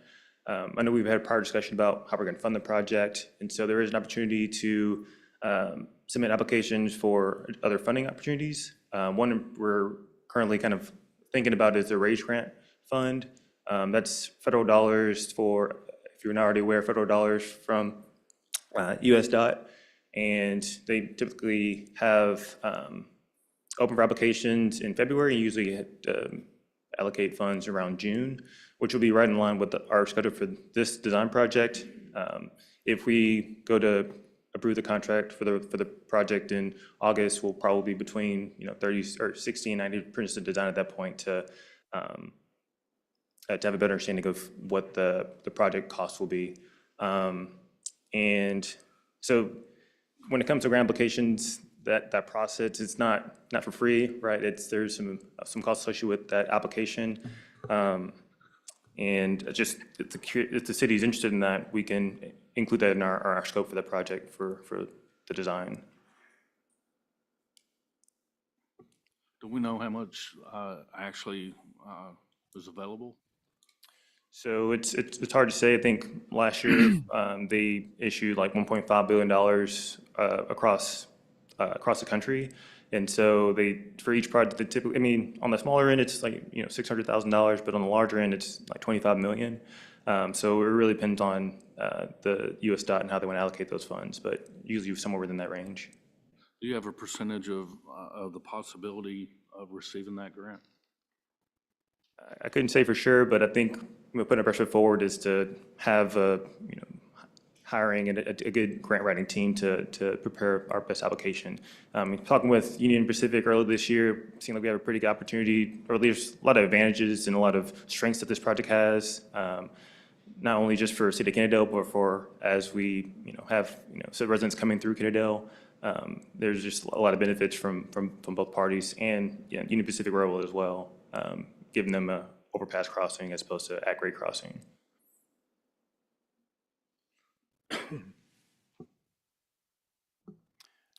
Mr. Mayor, I have one question.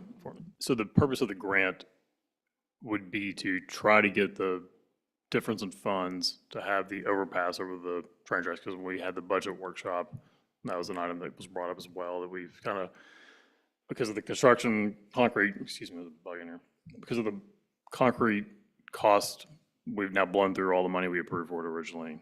Right, yeah, because we're looking at a pretty long bridge to get over the railroad track, because we have to stay outside the right-of-way. And because of the grading over the bridge, we're pretty high up, and so it's either a longer bridge or larger retaining walls. And yeah, that's kind of the big cost on that. So if we don't get the grant, are we thinking just bring Little Road to the tracks and then just have a crossing there? Is that where we landed on that, or is that still up in the air? It's still up in the air, and that was one of the reasons why I was wanting Freeze and Nichols to come up with the design, so we know exactly what our possibilities are, what direction we can go. At the point we have a crossing, Union Pacific will have ultimately that decision if they allow us to do that. Okay.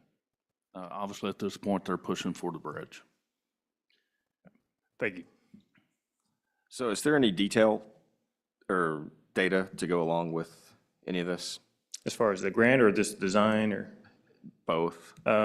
So yeah, we've had exhibits prepared for when we did the alignment study last year.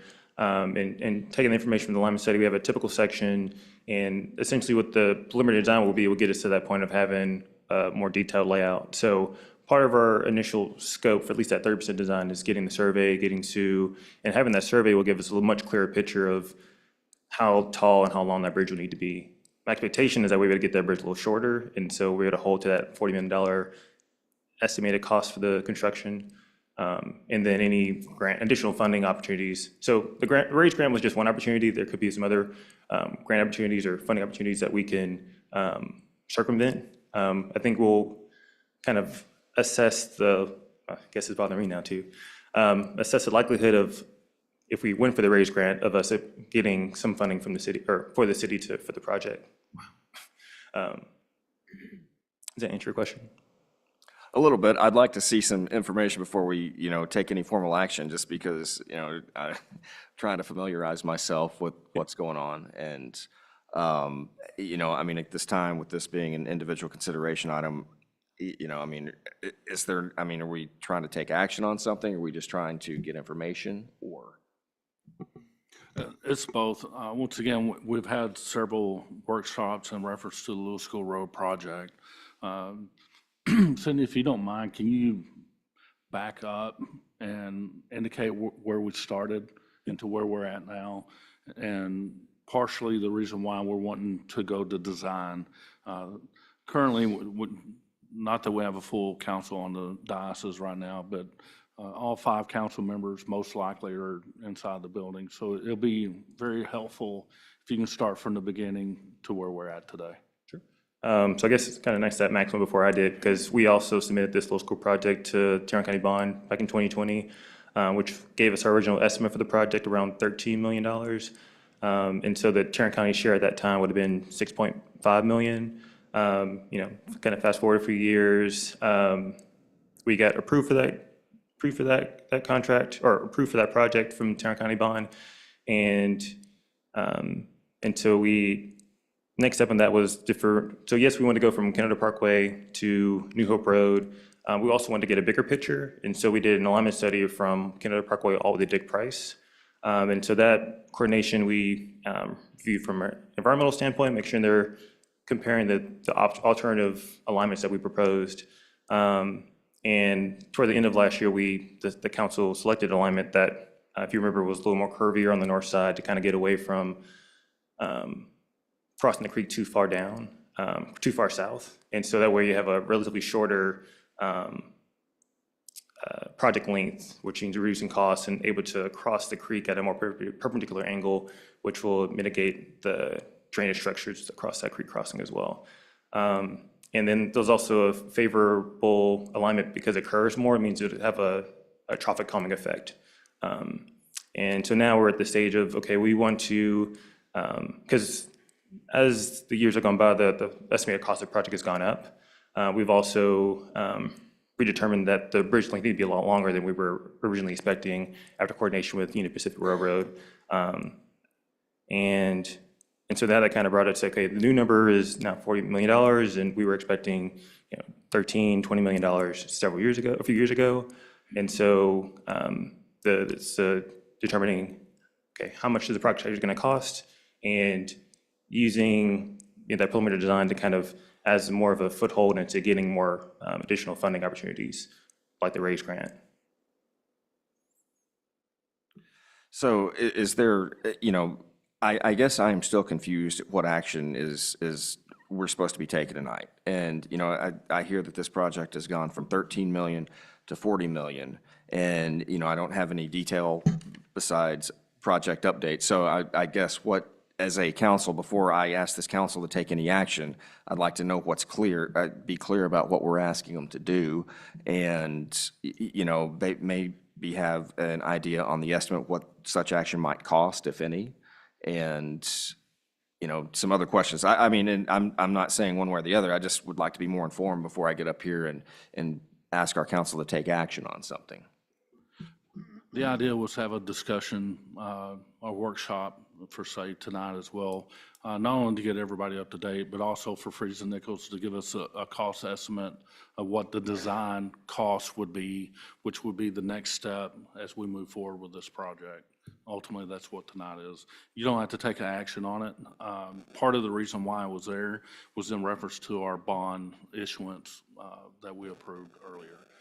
That was the purpose for him to be here, to give us an estimate of the design cost.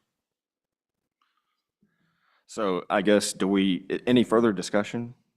What's the total on the estimate again? I'm sorry, I missed. So for the estimate of construction, about 40 million, but for the estimate of design, for the 100% design, we're still working through that. We have survey and sue costs. We're still evaluating right-of-way costs and I guess the additional costs we're, deliberating on is if we need to include grant application, as part of the contract. So what happened from the 11 million to 40 million? That's not even a mess up, that's a disaster, basically. So, 13 million, part of it's inflation, part of it is being more on the conservative side. So before we were showing like a 20% contingency, we had, and also that, I should clarify, that $13 million does not include inflation. So we proposed I'm sure Max is in the same situation, but we did include inflation in the original requests for Tarrant County for the bond program, but they don't look at that inflation. They just take it as what the construction cost is at that time, minus inflation. And so even if Tarrant County saw it at 13 million, we were estimating with inflation closer to 18 million. But this project didn't double, it quadrupled. That's not even an inflation value. No, I get it, and I understand what construction costs has went up, almost 800% in lumber, for example.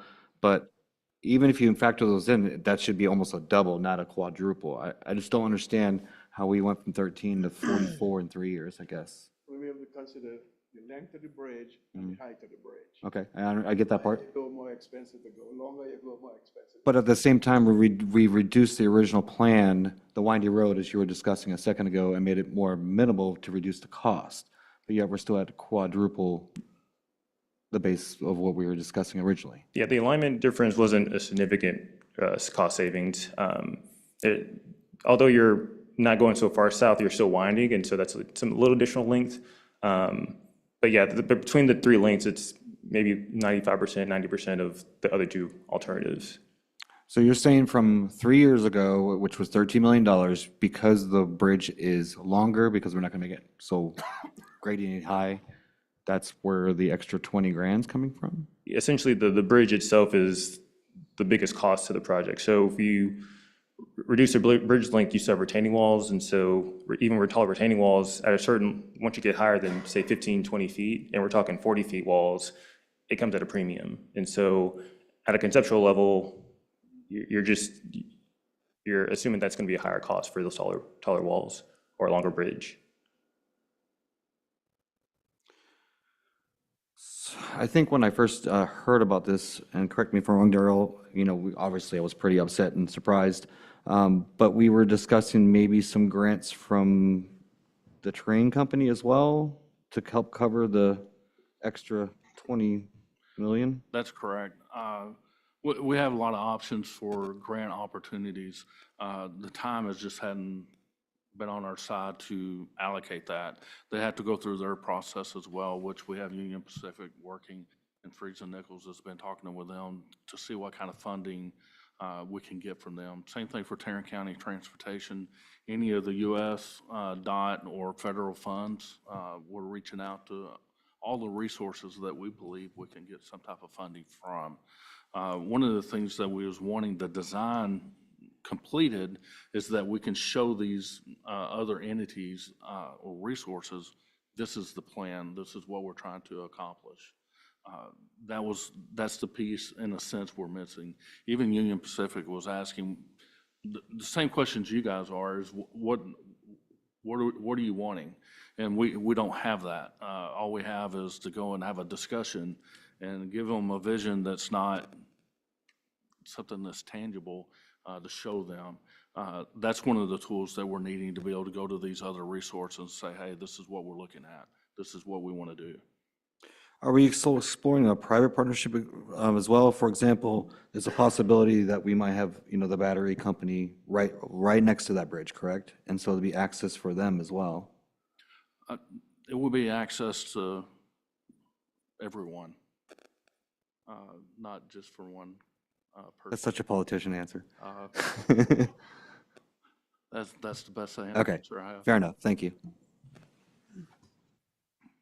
So as right now, we have no direct estimate for the design cost. You're still working on that? Yeah, still working on it, not this time. Okay. Mr. Mayor, one more question related to upfront design costs. Similar to the previous project we discussed, Tarrant County was willing to reimburse us for all the upfront costs. Is this a similar situation, or are we on the hook for all the upfront design costs? It's a similar situation where you can use it for all parts of the project. So just to be clear, we can get the design done that we need to get done so we can go to the train company and anyone else, and Tarrant County will pay for all of it to get the design part done after we submit for reimbursement. So it's no cost to us in the long term. I don't think it's 100% at that point. I believe it's still a 50-50. Right. So if it's 2 million, Tarrant County give their 50%, so it'll be 1 and 1. Okay. So the previous project was 100% reimbursable. This one's 50% reimbursable. Well, I think their initial number was because it was 50%, but how they use it, because they're from a slightly different pot, that they can use a little differently. So 50% upfront, or we would still have to pay 50% for the design cost to get just to have the conversation. Okay. And we don't know what that cost is yet because they're still working on the estimate. Okay. So no decision tonight then. I believe we're just having a discussion. Councilman Michaels? We talked earlier about the bridge. How much do you think the bridge is going to cost? Just the bridge. I don't care about the roads. So, because I'm still trying to wrap my head around the 13 million. Let's see, so we're estimating the bridge to be the 16 million part of that. 16 million, yeah. 16 million. So there it is right there. Yes. Tarrant County's like, yeah, we'll give you money to build a bridge, but then y'all have to build the roads to the bridge. So that kind of makes more sense when you look at inflation since 22, then that's going to they're going to pay for the bridge. We're going to pay for half of it. So that's basically what it is. Okay, got it. But how does a road cost $27 million then? Yeah, but we're building roads right now that don't cost $27 million. I should add that $40 million is including the design, including the right-of-way acquisition, including, environmental as well. Survey. Right-of-ways, building auxiliary bridges across the creek and stuff like that too, so. Yeah, I mean, apologize. It's there's still a not lot adding up to it. me. It's just, Moving forward, I'm sorry, Kenneth, to cut you off. Moving forward, I would like to see an itemization of this, just so I can comprehend this a little bit better, because when I'm doing big number math in my head with zeros, I'm not exactly an IRS agent, for example. I would also see, because this is a must, not a need, this is absolute. We've been promising a bridge to our South Side citizens for over a decade, and we are looking to, develop in the TERS, for example, down there, which is going to increase traffic. I would like to see a way to where we can move forward to somehow cover $40 million. So if we bring this up discussion, I would like to see an itemization and a plan between you, Christian, and John of pathway forward. Thank you. Sorry, Kenneth, go ahead. Michaels. Any further discussion? So, Mr. City Manager, obviously, the council has some questions, and I would agree with Councilman Navarez. It would benefit us, I believe, to see some sort of itemization, planning. And so do you feel like you've got enough direction from the council to get back with us some pertinent information as we move this issue forward? I hope so. It's, the idea is be able to cover the design costs with this bond that we're looking to issue. And I'm not sure I have it in July, but hopefully I can have it to you by August council meeting before we make a full decision on the. And just for the record, which bonds? The one we was talking about tonight, the 14 million. Okay, okay. To cover for the public safety, the GO bond, and transportation. Okay, just wanted for the record. Thank you. Any further discussion? yeah, I just want to add, I understand what's going on. I mean, you can't sell something without an image.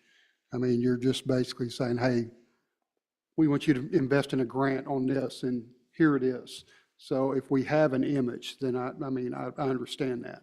You're not going to get anybody to invest in anything without an image. So I think that's the direction that we're trying to go with this. But, I mean, my page for this council was one page. So it's kind of hard to make a decision, but we're good. Would you be able to produce an itemized projection? Yeah, for sure. We'll do that. Yeah, we can send you your PCC. Okay, yeah. I can share that very soon. All right, thank you. So, it would appear that we need some additional information, or we do need some additional information, and Mr. City Manager, you do feel comfortable that, given the questions, we can address some of those questions, or at least address those questions? Yes, I believe I can have that for you in July. Enough that I think we can move forward with. Thank you. This now brings us to item number 5, Economic Development Incentive Agreement between the City of Kennedale, Texas, Quick Roofing LLC, and QR Purchasing LLC. Mr. City Manager, the floor is yours. Yes, we have representatives from Quick Roofing here now to help go through this process. As you know, we had a work session on it last month, and unfortunately, Quick Roofing was not able to make it, and they're here tonight to give us an explanation of what they're looking for and how we move forward with it. Well, I'm Doug Duffy. I'm a CPA representing Quick Roofing and QR Purchasing, and I've brought our president of Quick Roofing, which is Eric Armstrong, and we've got Alex Didia, the CFO, and Adrian McManus, who I call Mr. Fix-It. So he is a jack of all trades, and I brought this to Mr. Hull and Mr. Sanchez probably on January 30th, I believe. I went and looked at my calendar, and we've spent quite a bit of time. Quick Roofing's been under a sales and use tax audit that's been pretty. I always tell people, if you have a choice of getting audited or getting 2 root canals, go for the root canals. So, but it's turned out really well for them. They've done a good job, but I would say they actually came to Kennedale in 2005, and they've been paying sales taxes to their suppliers, but local sales taxes are based on where a retailer receives an order, not where things get shipped to. And the legislative has fought back and forth trying to change to destination sourcing, but a lot of cities are against that because they said about 22% of Texans live outside city limits now. And rather than collecting that city tax, it would be a nowhere tax that would not be generated, and the cities would lose up to $1 billion a year. So with that said, Quick Roofing spent a little over $50 million on roofing materials in Texas last year. And they're in all the major metropolitan areas. They've been growing. They're continuing to grow. They actually created a new headquarters location at 605 Power Drive last year and have been operating out of that. And so when we talked to Mr. Hull and Mr. Sanchez, we talked around the idea, said right now, none of the sales taxes that we pay on our materials as a roofing contractor go to Kennedale. But if we created our own internal retailer, we can buy those materials in Kennedale and receive the orders in Kennedale. And even though they may be used throughout the state, all the local taxes will be sourced to Kennedale, because that's where this separate QR Purchasing LLC will be located, at the new corporate headquarters. And they'll receive all the orders for materials statewide. So from that perspective, they're having to go and build all new systems to try to create how a retailer does things. They actually say, here's where we receive orders, here's where we collect sales tax from customers, and that tax goes to the city where the orders are received.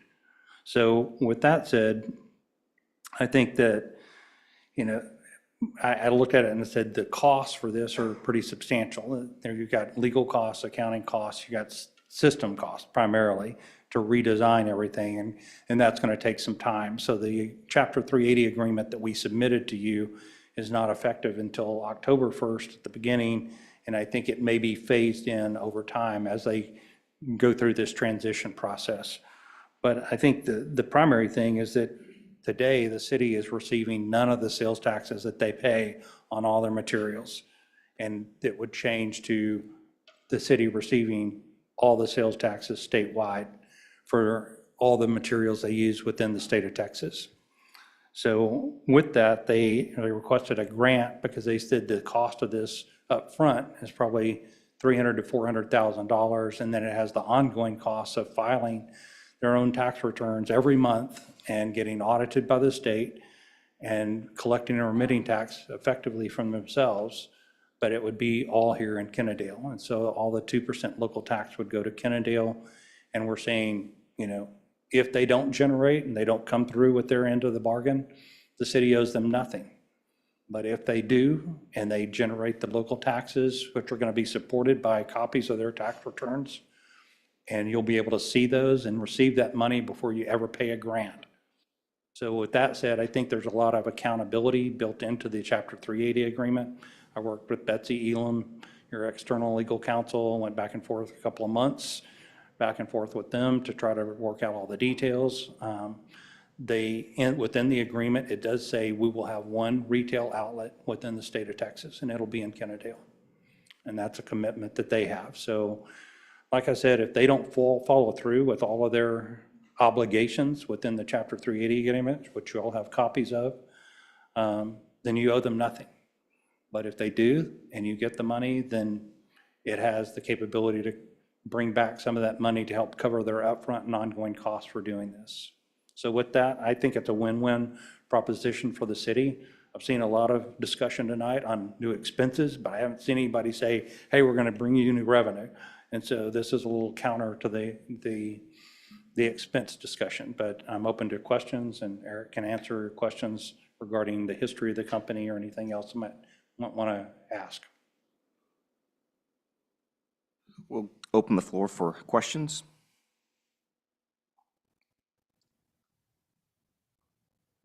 I was just going to ask, have you had this operation or this agreement with any other city in the state of Texas?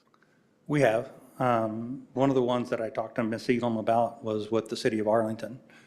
And the grant for that one was 87.5% of 1%. And that was at the time that the city had a 1 3/4% tax. So it represented roughly half of the total tax.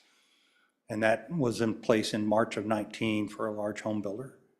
And that's been in place and been audited and with no changes. And so I feel confident in the approach, but it is going to require a lot of system changes and a lot of accounting adjustments in order to get everything in place and all the financials set in place that they'll be ready for an audit when they know it will come.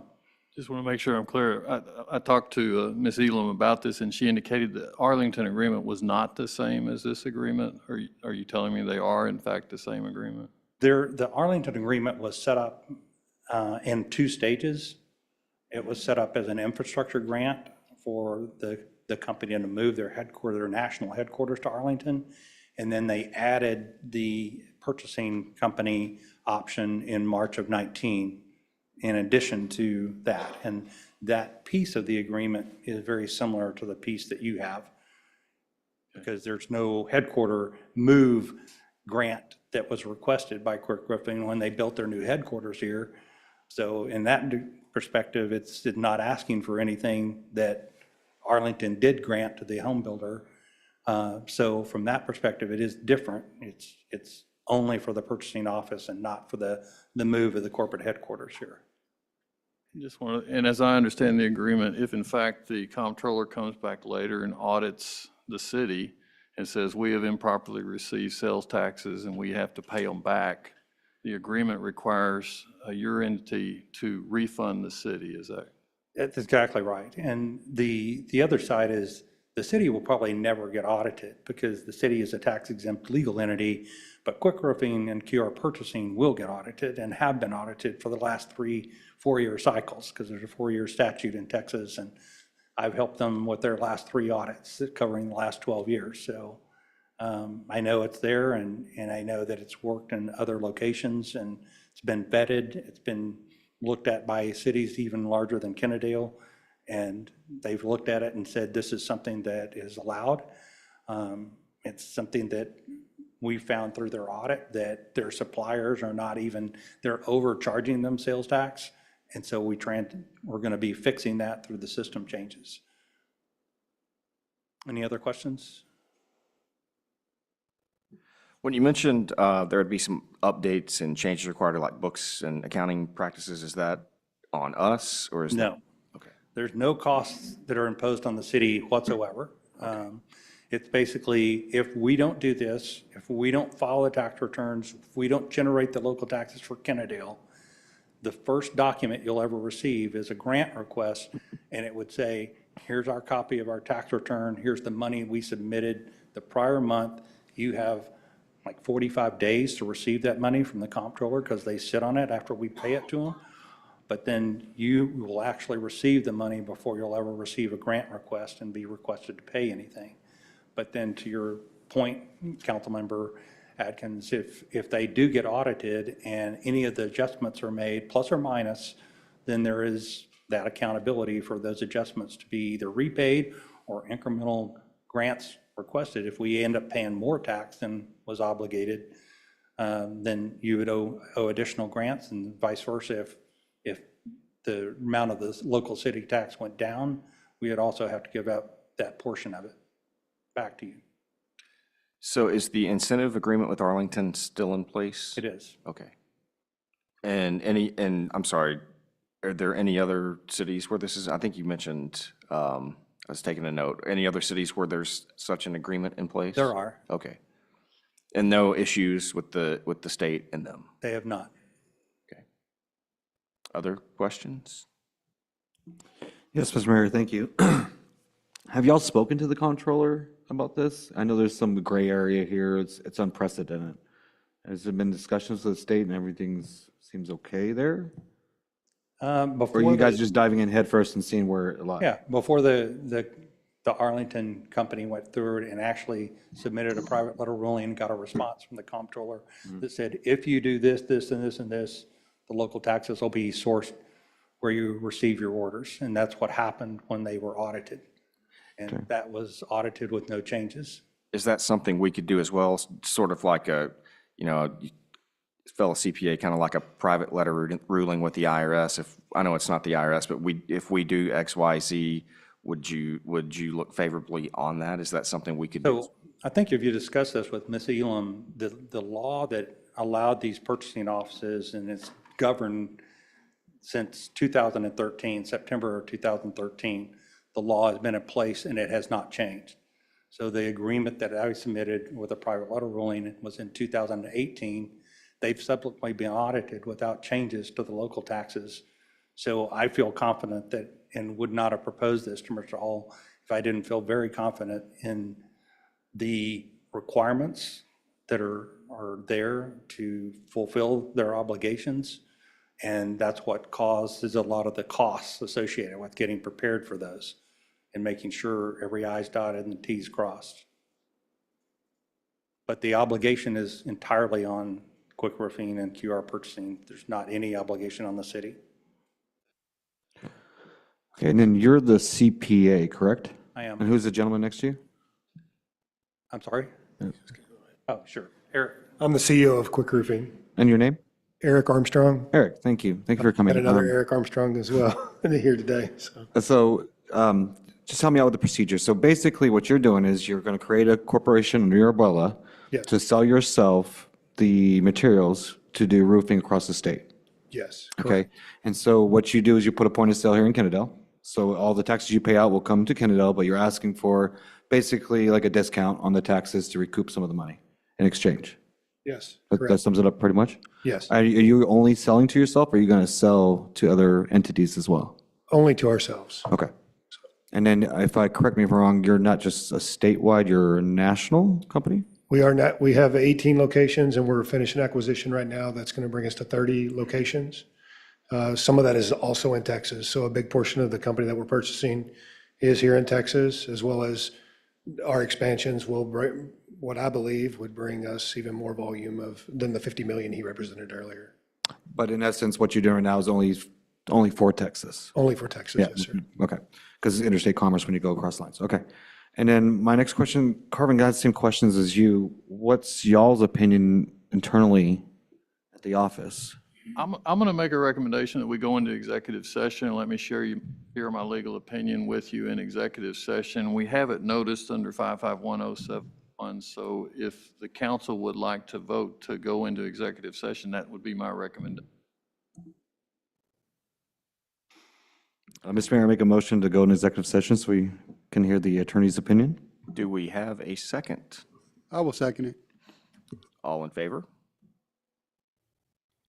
All opposed, or all in favor? All opposed. No And- opposed, right? The motion passes unanimously, and now pursuant to Section 551.071 of the Texas Government Code, the council is going to go into executive session to consult with the city attorney, and we will go in at 7:55 PM.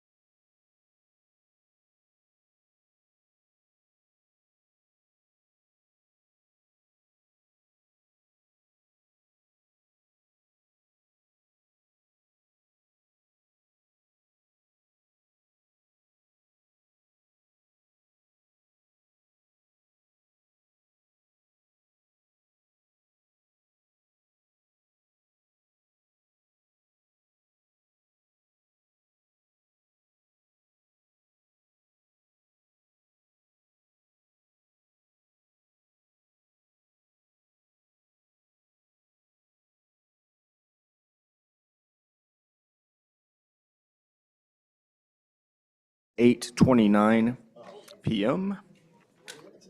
And at this time, is there any further discussion from the council on the Economic Development Incentive Agreement? Mr. Mayor, I'd like to make a motion that we approve this, subject to the EDC's decision on it, and have the city manager to bring this information or any other questions to the EDC. Do we have a second? Mr. Mayor, I second. Any further discussion? Just a reminder to the council that under our EDC bylaws, an action like this requires both the city council approval and the EDC approval. And just by quirk of calendaring, we were not able to get the EDC to vote on this last time. So the motion is to approve it subject to the requirement that the EDC also approve it. I think the motion had that, I think. I second the corrected motion. He got it, he got it. The motion's good. The motion's out there on the table. Any further discussion? All in favor? All opposed? And the motion passes unanimously.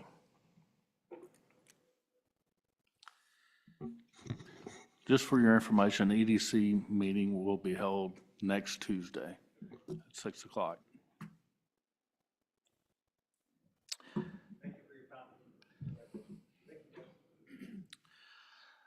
Moving on to item 7, safety improvements at Sonora Park. I believe Christian is going to kick off the presentation discussion.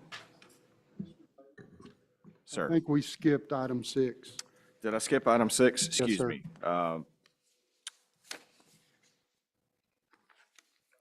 Yes, okay.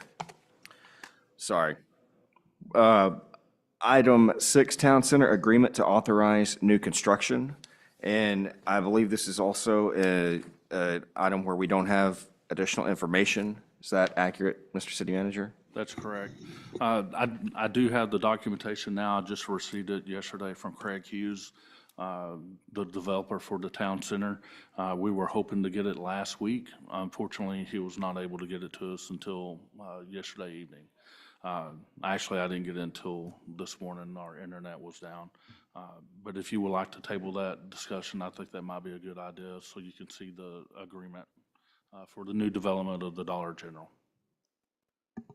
I would just remind the council that under the development agreement, we do essentially, we've already agreed to execute the kind of proposed documents that they're submitting to us.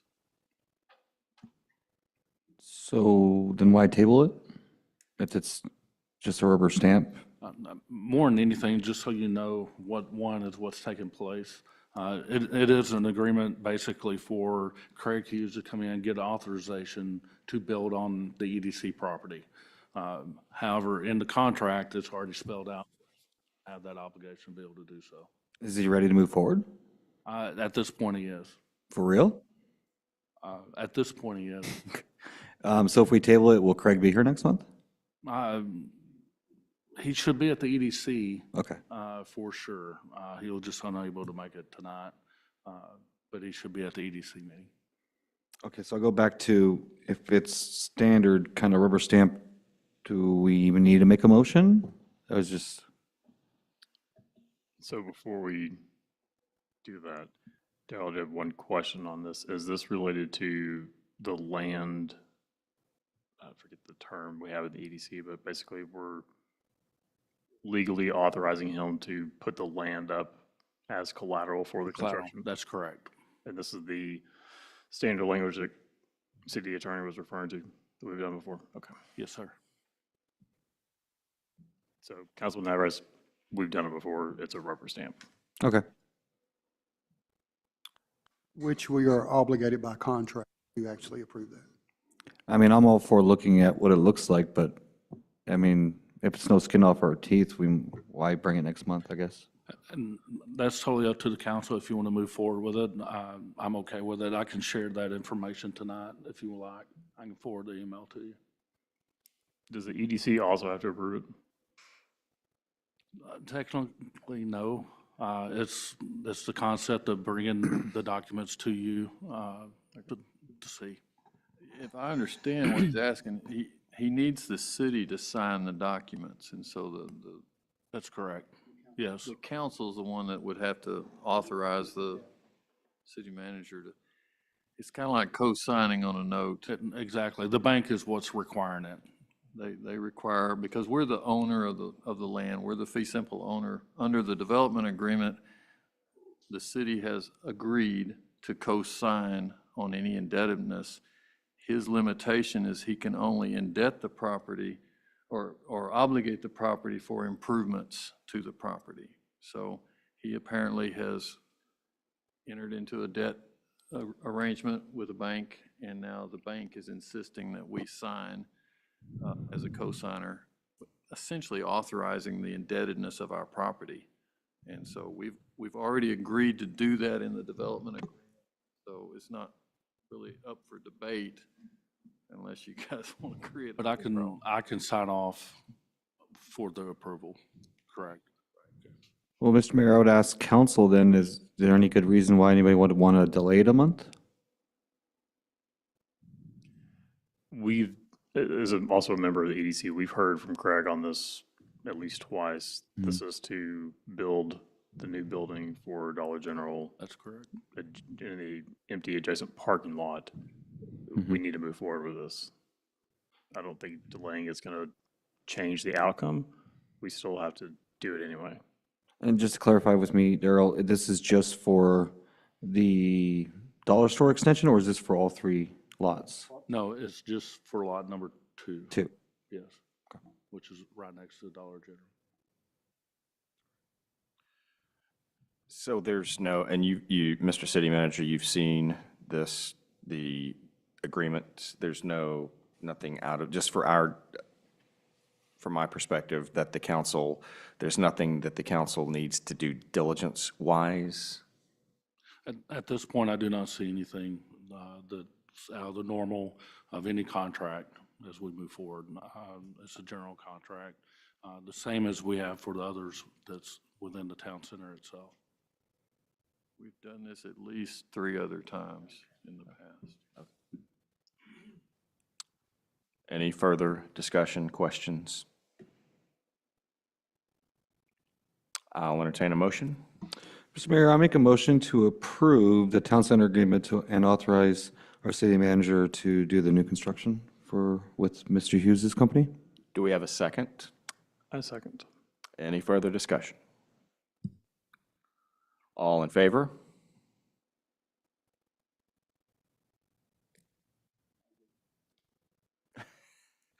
All opposed?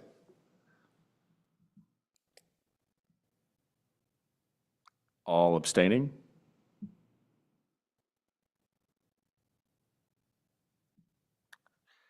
The motion passes 3-0 to 1.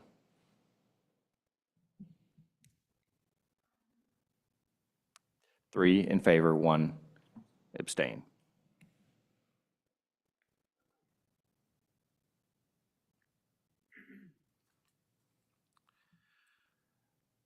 Now, moving on to item 7, safety improvements at Sonora Park. I believe Christian is going to present. Sure.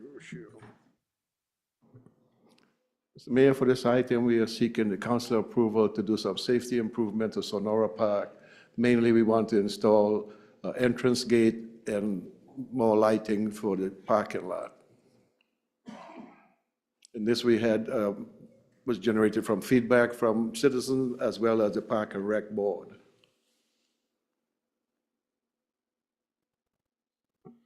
Do you mind if I jump in for a second? Please. I want to put a correction on the agenda that was sent to you guys. On the agenda for the paperwork on quotes that were included for the gate and for lighting, the lighting bid is the wrong one. It's coming from a different company. I do have one from Eric Elam Company, which is coming in at $20,000. which is roughly, it's $4,000 per lot. So we're referencing to 5 lots. So when you look at your staff report, you're seeing a different number. The different number, unfortunately, the wrong quote was put into the packet. That is not the correct company that we're asking to come in and put the lighting in. So which one? I'm sorry, which is the company you're asking to, who won the bid? Elam. Okay, Company. thank you. Thank you. That's correct. Which one is he replacing for the ones that were provided? Bonright? Bonroach. Bonridge? Yeah. Okay. Mr. Mayor. Bonroach is basically LEDs and a solar panel. Elam Company is going to be hardwired. Christian, so help me imagine this. We're going to put a light in the parking lot, the back lot, the main lot, correct? Correct, the one in the back. And then we're going to put one around the walkway, the mile walkway around the pond? No, it's just going to be the parking lot, Okay, so we're going to add lighting to the walkway? eventually, Okay, eventually. that's a good answer. Well, if we look at Fun Roach estimate and bid, we had lighting for the parkway on that, and I think it ran like about $67,000. And then we're adding a gate, a security gate. Correct. Is that security guard gate part of the 32.3, or is that additional? No, that's total for the lights and the gate. And Elam Company's doing that also? Okay. So the entire It's on the other cost estimate. is what's in the staff report, the 30,300. 30,000, And so Elam Company is doing both, correct. both the fence and lighting. Okay. Correct. All right. And so, as I understand it, just to make sure I'm doing my diligence, so the lighting would be 20,000, and then this bid from Elam Company of 10,300 is correct. That's correct. All right. And so going with Elam Company, I know Mr. Elam and I may not always agree politically, but I do understand he does very fine work. So I've got no further questions. I do, actually. Daryl, it's more for you. So council, when we last discussed this, we're talking about, the security of people walking at night, especially in the winter hours. So after 8 o'clock, before we close around the pond, why aren't we addressing that with this? Well, currently, some of the major security concerns we have is with the parking. And at the time the park closes, the criminal activity, for say, takes place in the back. Yes. And that's been some of the major concerns. As we go around to put lighting, we have to put solar panels for the path itself, which is in addition roughly 70,000 just to do that. So we were looking at getting the parking lots done and completed and getting that out of this go-around. We will also have one lot that will be at Rogers Farm Park as well that we're anticipating for the basketball go. But ultimately, that was the reason why we didn't go with all the lighting going around that. There's concerns with the trees as well with the solar panels. So there's additional studies that we need to do. Some of it was going for 30 feet and more, so we can get solar panels to even get lights. So there was a lot of concerns that was going through it. Talking to Eric, he seems to have an idea that he may be able to come in and provide that lighting in a different form. I've seen some other lights where they're more of a path light, where the light may be around 4 feet, besides 25 feet or 30 feet in the air, which that's what I was trying to prevent. Me too, yeah. Either way, we're going to have to trim trees, and we're going to have to do some work to trees. But if we can have some type of plan to maybe to look and see how much the 4-foot path lights would be, I think it would be more beneficial. Okay, and then at Rogers, obviously you need a bright light for basketball goal. Is that going to run all night for security reasons, or are we going to turn it off at midnight for the neighbors? It should be a security night, so we can put a timer on it. There'll be a timer if we wanted to cut off at 10 o'clock. Okay, because that's right on the Buchanan's back porch, I can imagine. Okay. Yeah, we can put a time limit on it. I think one thing we ought to address too is once he starts putting up lights in the parking lot, because I think there's 4 lights going down at Sonora, is that right? One at the gate, another one close to the bathroom, and then 2 in the parking lot in the back. That is a bird sanctuary too, so we don't want to overwhelm it with light. So once we get those lights up, then we can come in and focus where the other lights need to go. So.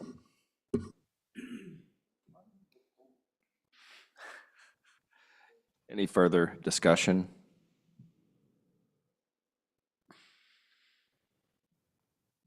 I'll entertain a motion.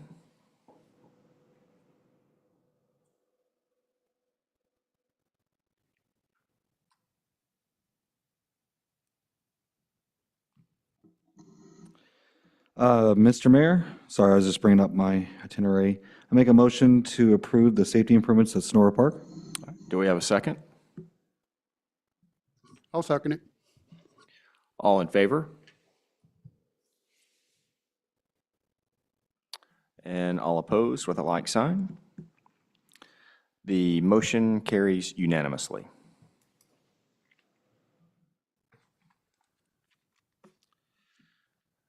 Our next item on the agenda is plugging and capping 2 groundwater wells located at P2, Paluxy 201 East Mistletoe Drive, and T4 Trinity at 1121 Border Lane. Christian, you're up again. We're just seeking to have this item approved. And this all stemmed from a TCEQ inspection that we had on May 22nd.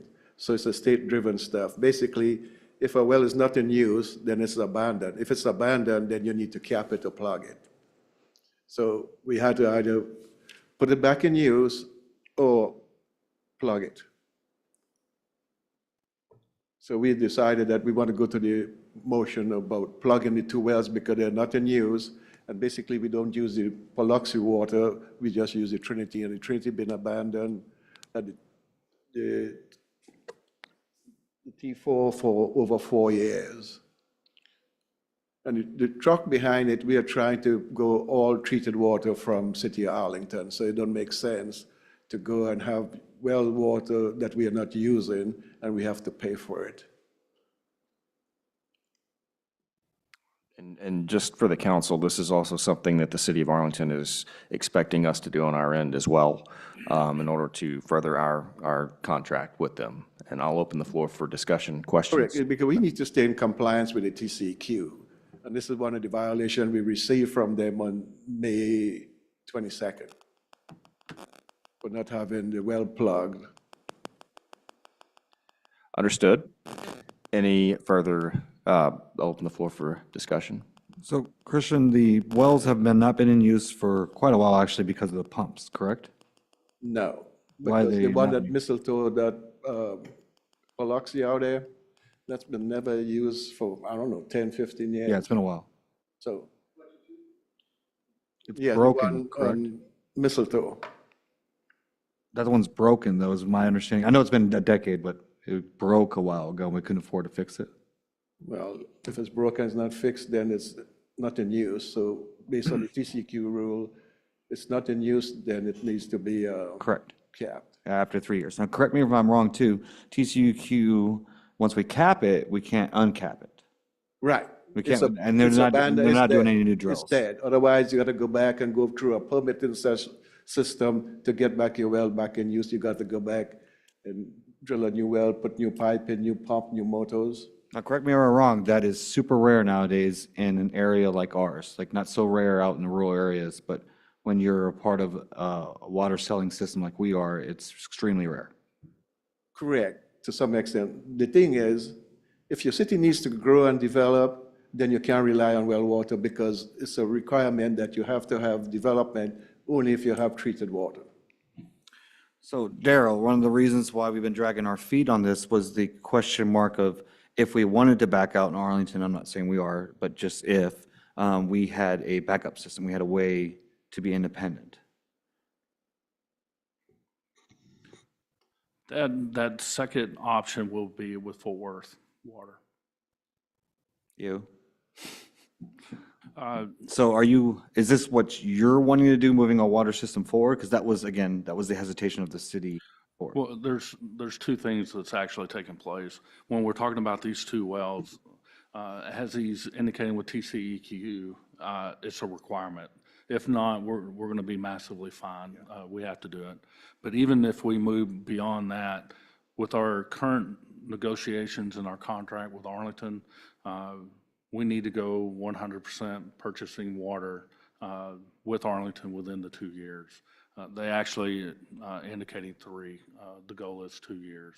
And be able to hold our contract, that's what we have to do. To cap these two, honestly, it's not going to affect one way or another how we get our water. Currently, the only way we get water is Fort Worth or Arlington. The wells, at one point, we're going to be regulated to cap all of them, just because where we're located. And I understand that part. So just to be clear, if we cap these, though, we're committing our future of the city to the water sellers in this area. That's correct. And so in the future, will we still be mixing? No, the idea is within the next 2 years, we'll be sole source to Arlington. We'll still have the capability for Fort Worth. We'll still hold that contract with Fort Worth. But the idea is that we're 100% with Arlington. Okay, and when's the contract up with Fort Worth? Yeah, 28? Oh, yeah. It's a while. Oh. I want to say it's 2030 or 2038. But let me put it this way. It was a 50-year commitment. Oh, goodness, I don't remember it being that long. I think it's been done within the last 20. So we have a while, so it may be 2048. Which is a good thing. It's not necessarily a bad thing. I mean, it does give us options.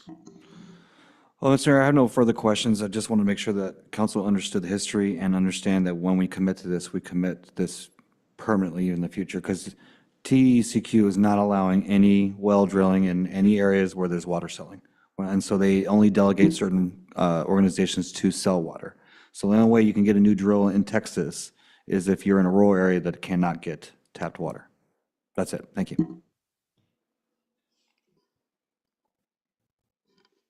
Any other discussion, questions? I did want to ask on to what Navarro said. So I understand your concern about not being tied into Arlington or Fort Worth. What option do we have? I mean, that's what I'm trying to understand.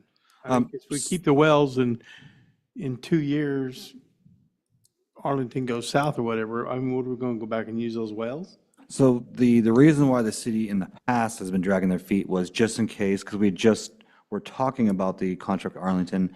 We hadn't engaged officially in how it was going to work out. And with our previous situation with the previous company that used to do our water billing, it's been a disaster in this town.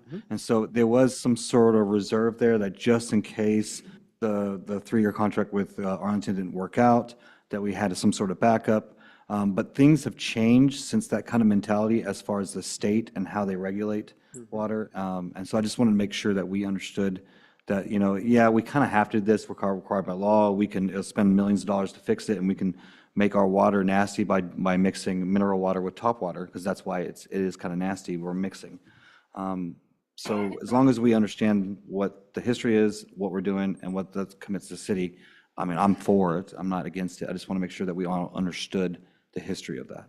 You need to bear in mind also that for development, you have to have treated water. You can't use well water if you need development. Any further discussion? I have further discussion. On Trinity 4, that's one of the newer wells in the city of Kennedale. How long has it been down? It's been down since the ground storage is basically abandoned? As I know, it has been 4 years. 4 years. And I'm looking at this quote, and it says labor and equipment for on-site for camera survey. So what are they surveying? If you look in that quote again, you see the prices have changed and not changed. You see they listed all that. So I did my calculation and I removed all those. So we removed the camera and whatever stuff, but all we're doing is to pull the pump and cap it. Right. So that's why the price is now 57 instead of 70 something, if my mind serves me right. Well, it's unfortunately that that's one of our newest wells. I know Trinity 1 has been down for a while too, so, and of course, Pluxee 2 has been down probably for 15 years. So now we're just getting to that, and I know what they're trying to do is to get us off wells because we're contaminating the aquifer downstream for everybody else. So, I mean, so that's this year, it's these 2 wells. Then it's next year, we're going to go for another 2 wells and just eventually in 3 Correct. years, 4-year time, we won't, the only well we'll keep is Trinity 3? Or would we keep Trinity 2 because of the water flow to the standpipe? If it's up to me, I would keep none. Wells are gone because costly, and then you can't get development in your city. Okay. No more questions. And I'm trying to tie back to this 57,000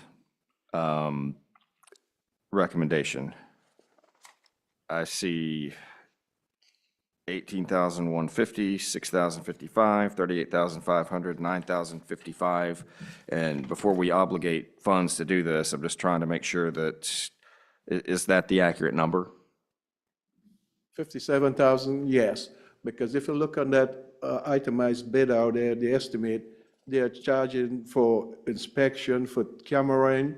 So if we are going to plug the well, then we are not going to camera the well, but we still have to pull the pumps out.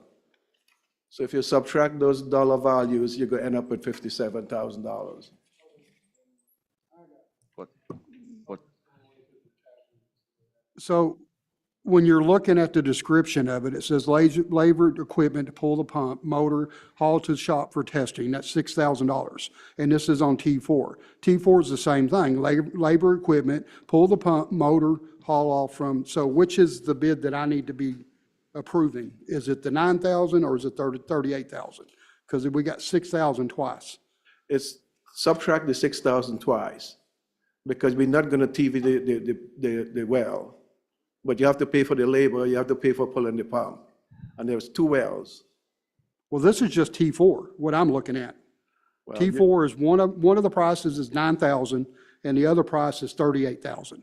But there's 6,000 to pull the pump motor, and then you look over the next page and it's 6,000 to pull the pump motor. There's only one pump motor. So if they're going to have to trip the pipe out, why are we paying them twice to trip the pipe? Let me see if I have one of the quotes in here.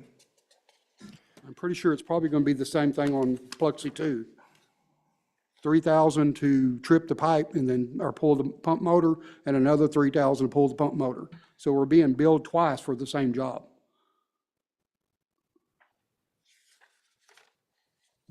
So if I'm looking at this right, there's 4 different estimates,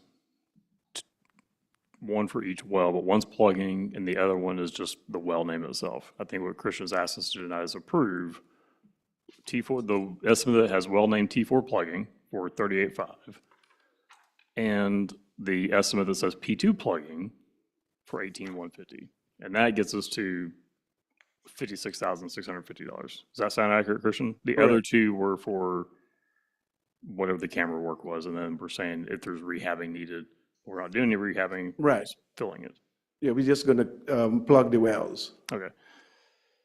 Does that clarify? Not really. I feel that we're being billed twice for something. If you look at this cost, 3,000 total, 3,000 We're not total. approving this one. Okay. We're just approving this. He's asked us to approve this P2 plugin, and then the one that says T4. That's what I just asked, and I didn't get an answer.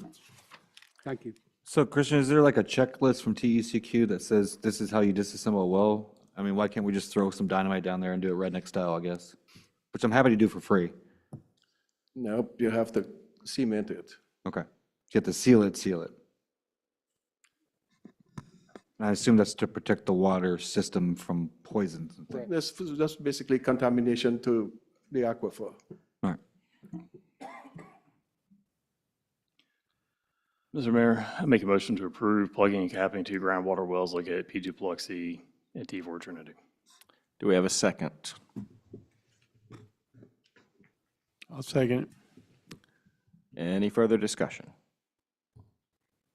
All in favor? It's like musical chairs. All opposed? All right, the motion passes unanimously. At this time, we are going to move to agenda item appointment of the mayor pro tem, and each member of the council has an opportunity to nominate somebody. So I'll open the floor for nominations. I'll nominate Councilman Mickles. I second. I'm sorry, count, which one? Michaels? So any other nominations? Did anybody ask you if you want to do this? Do you still want to continue your good service to the city as mayor pro tem? I have the business cards. I'm good to go.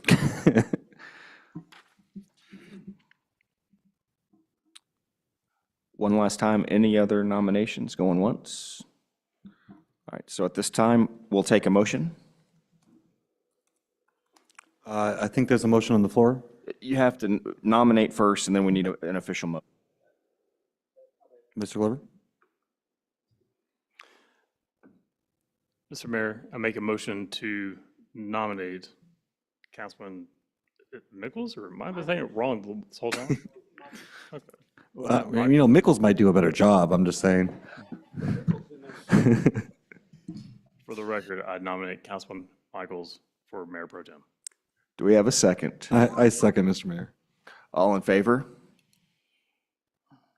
And all opposed with the like sign? Okay, then very well. The motion passes unanimously, 4-0.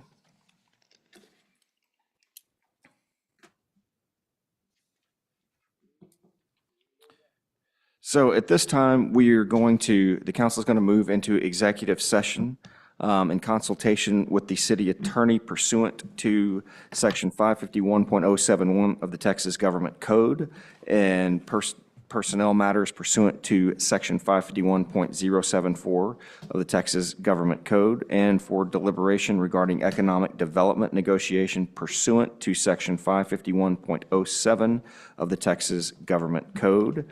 And the time is 9:01 p.m.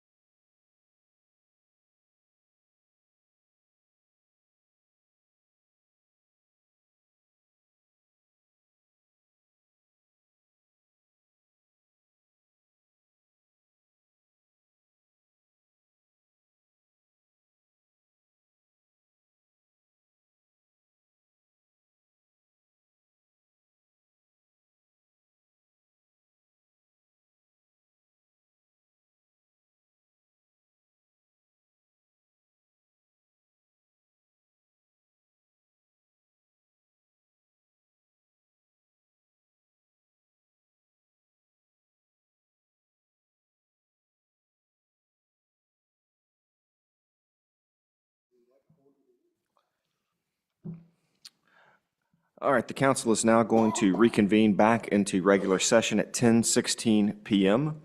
And we are now going to entertain a motion coming out of executive session. Do we have a motion? Mr. Mayor, I make a motion to approve the following appointments. For EDC, Place 4, Jeff Navarez. For Town Center, Place 3, Brad Horton. For Town Center, Place 5, Chris Gary. For KKB, Place 3, Kenneth Michaels. Do we have a second? Mr. Mayor, I second the motion. All in favor? All opposed with a like sign? And the motion passes unanimously. And at this time, everybody's favorite motion, I will entertain a motion to adjourn. Make a motion to adjourn. Do we have a second? A second. The meeting is adjourned at 10:17 PM. Oh, man, why you messing with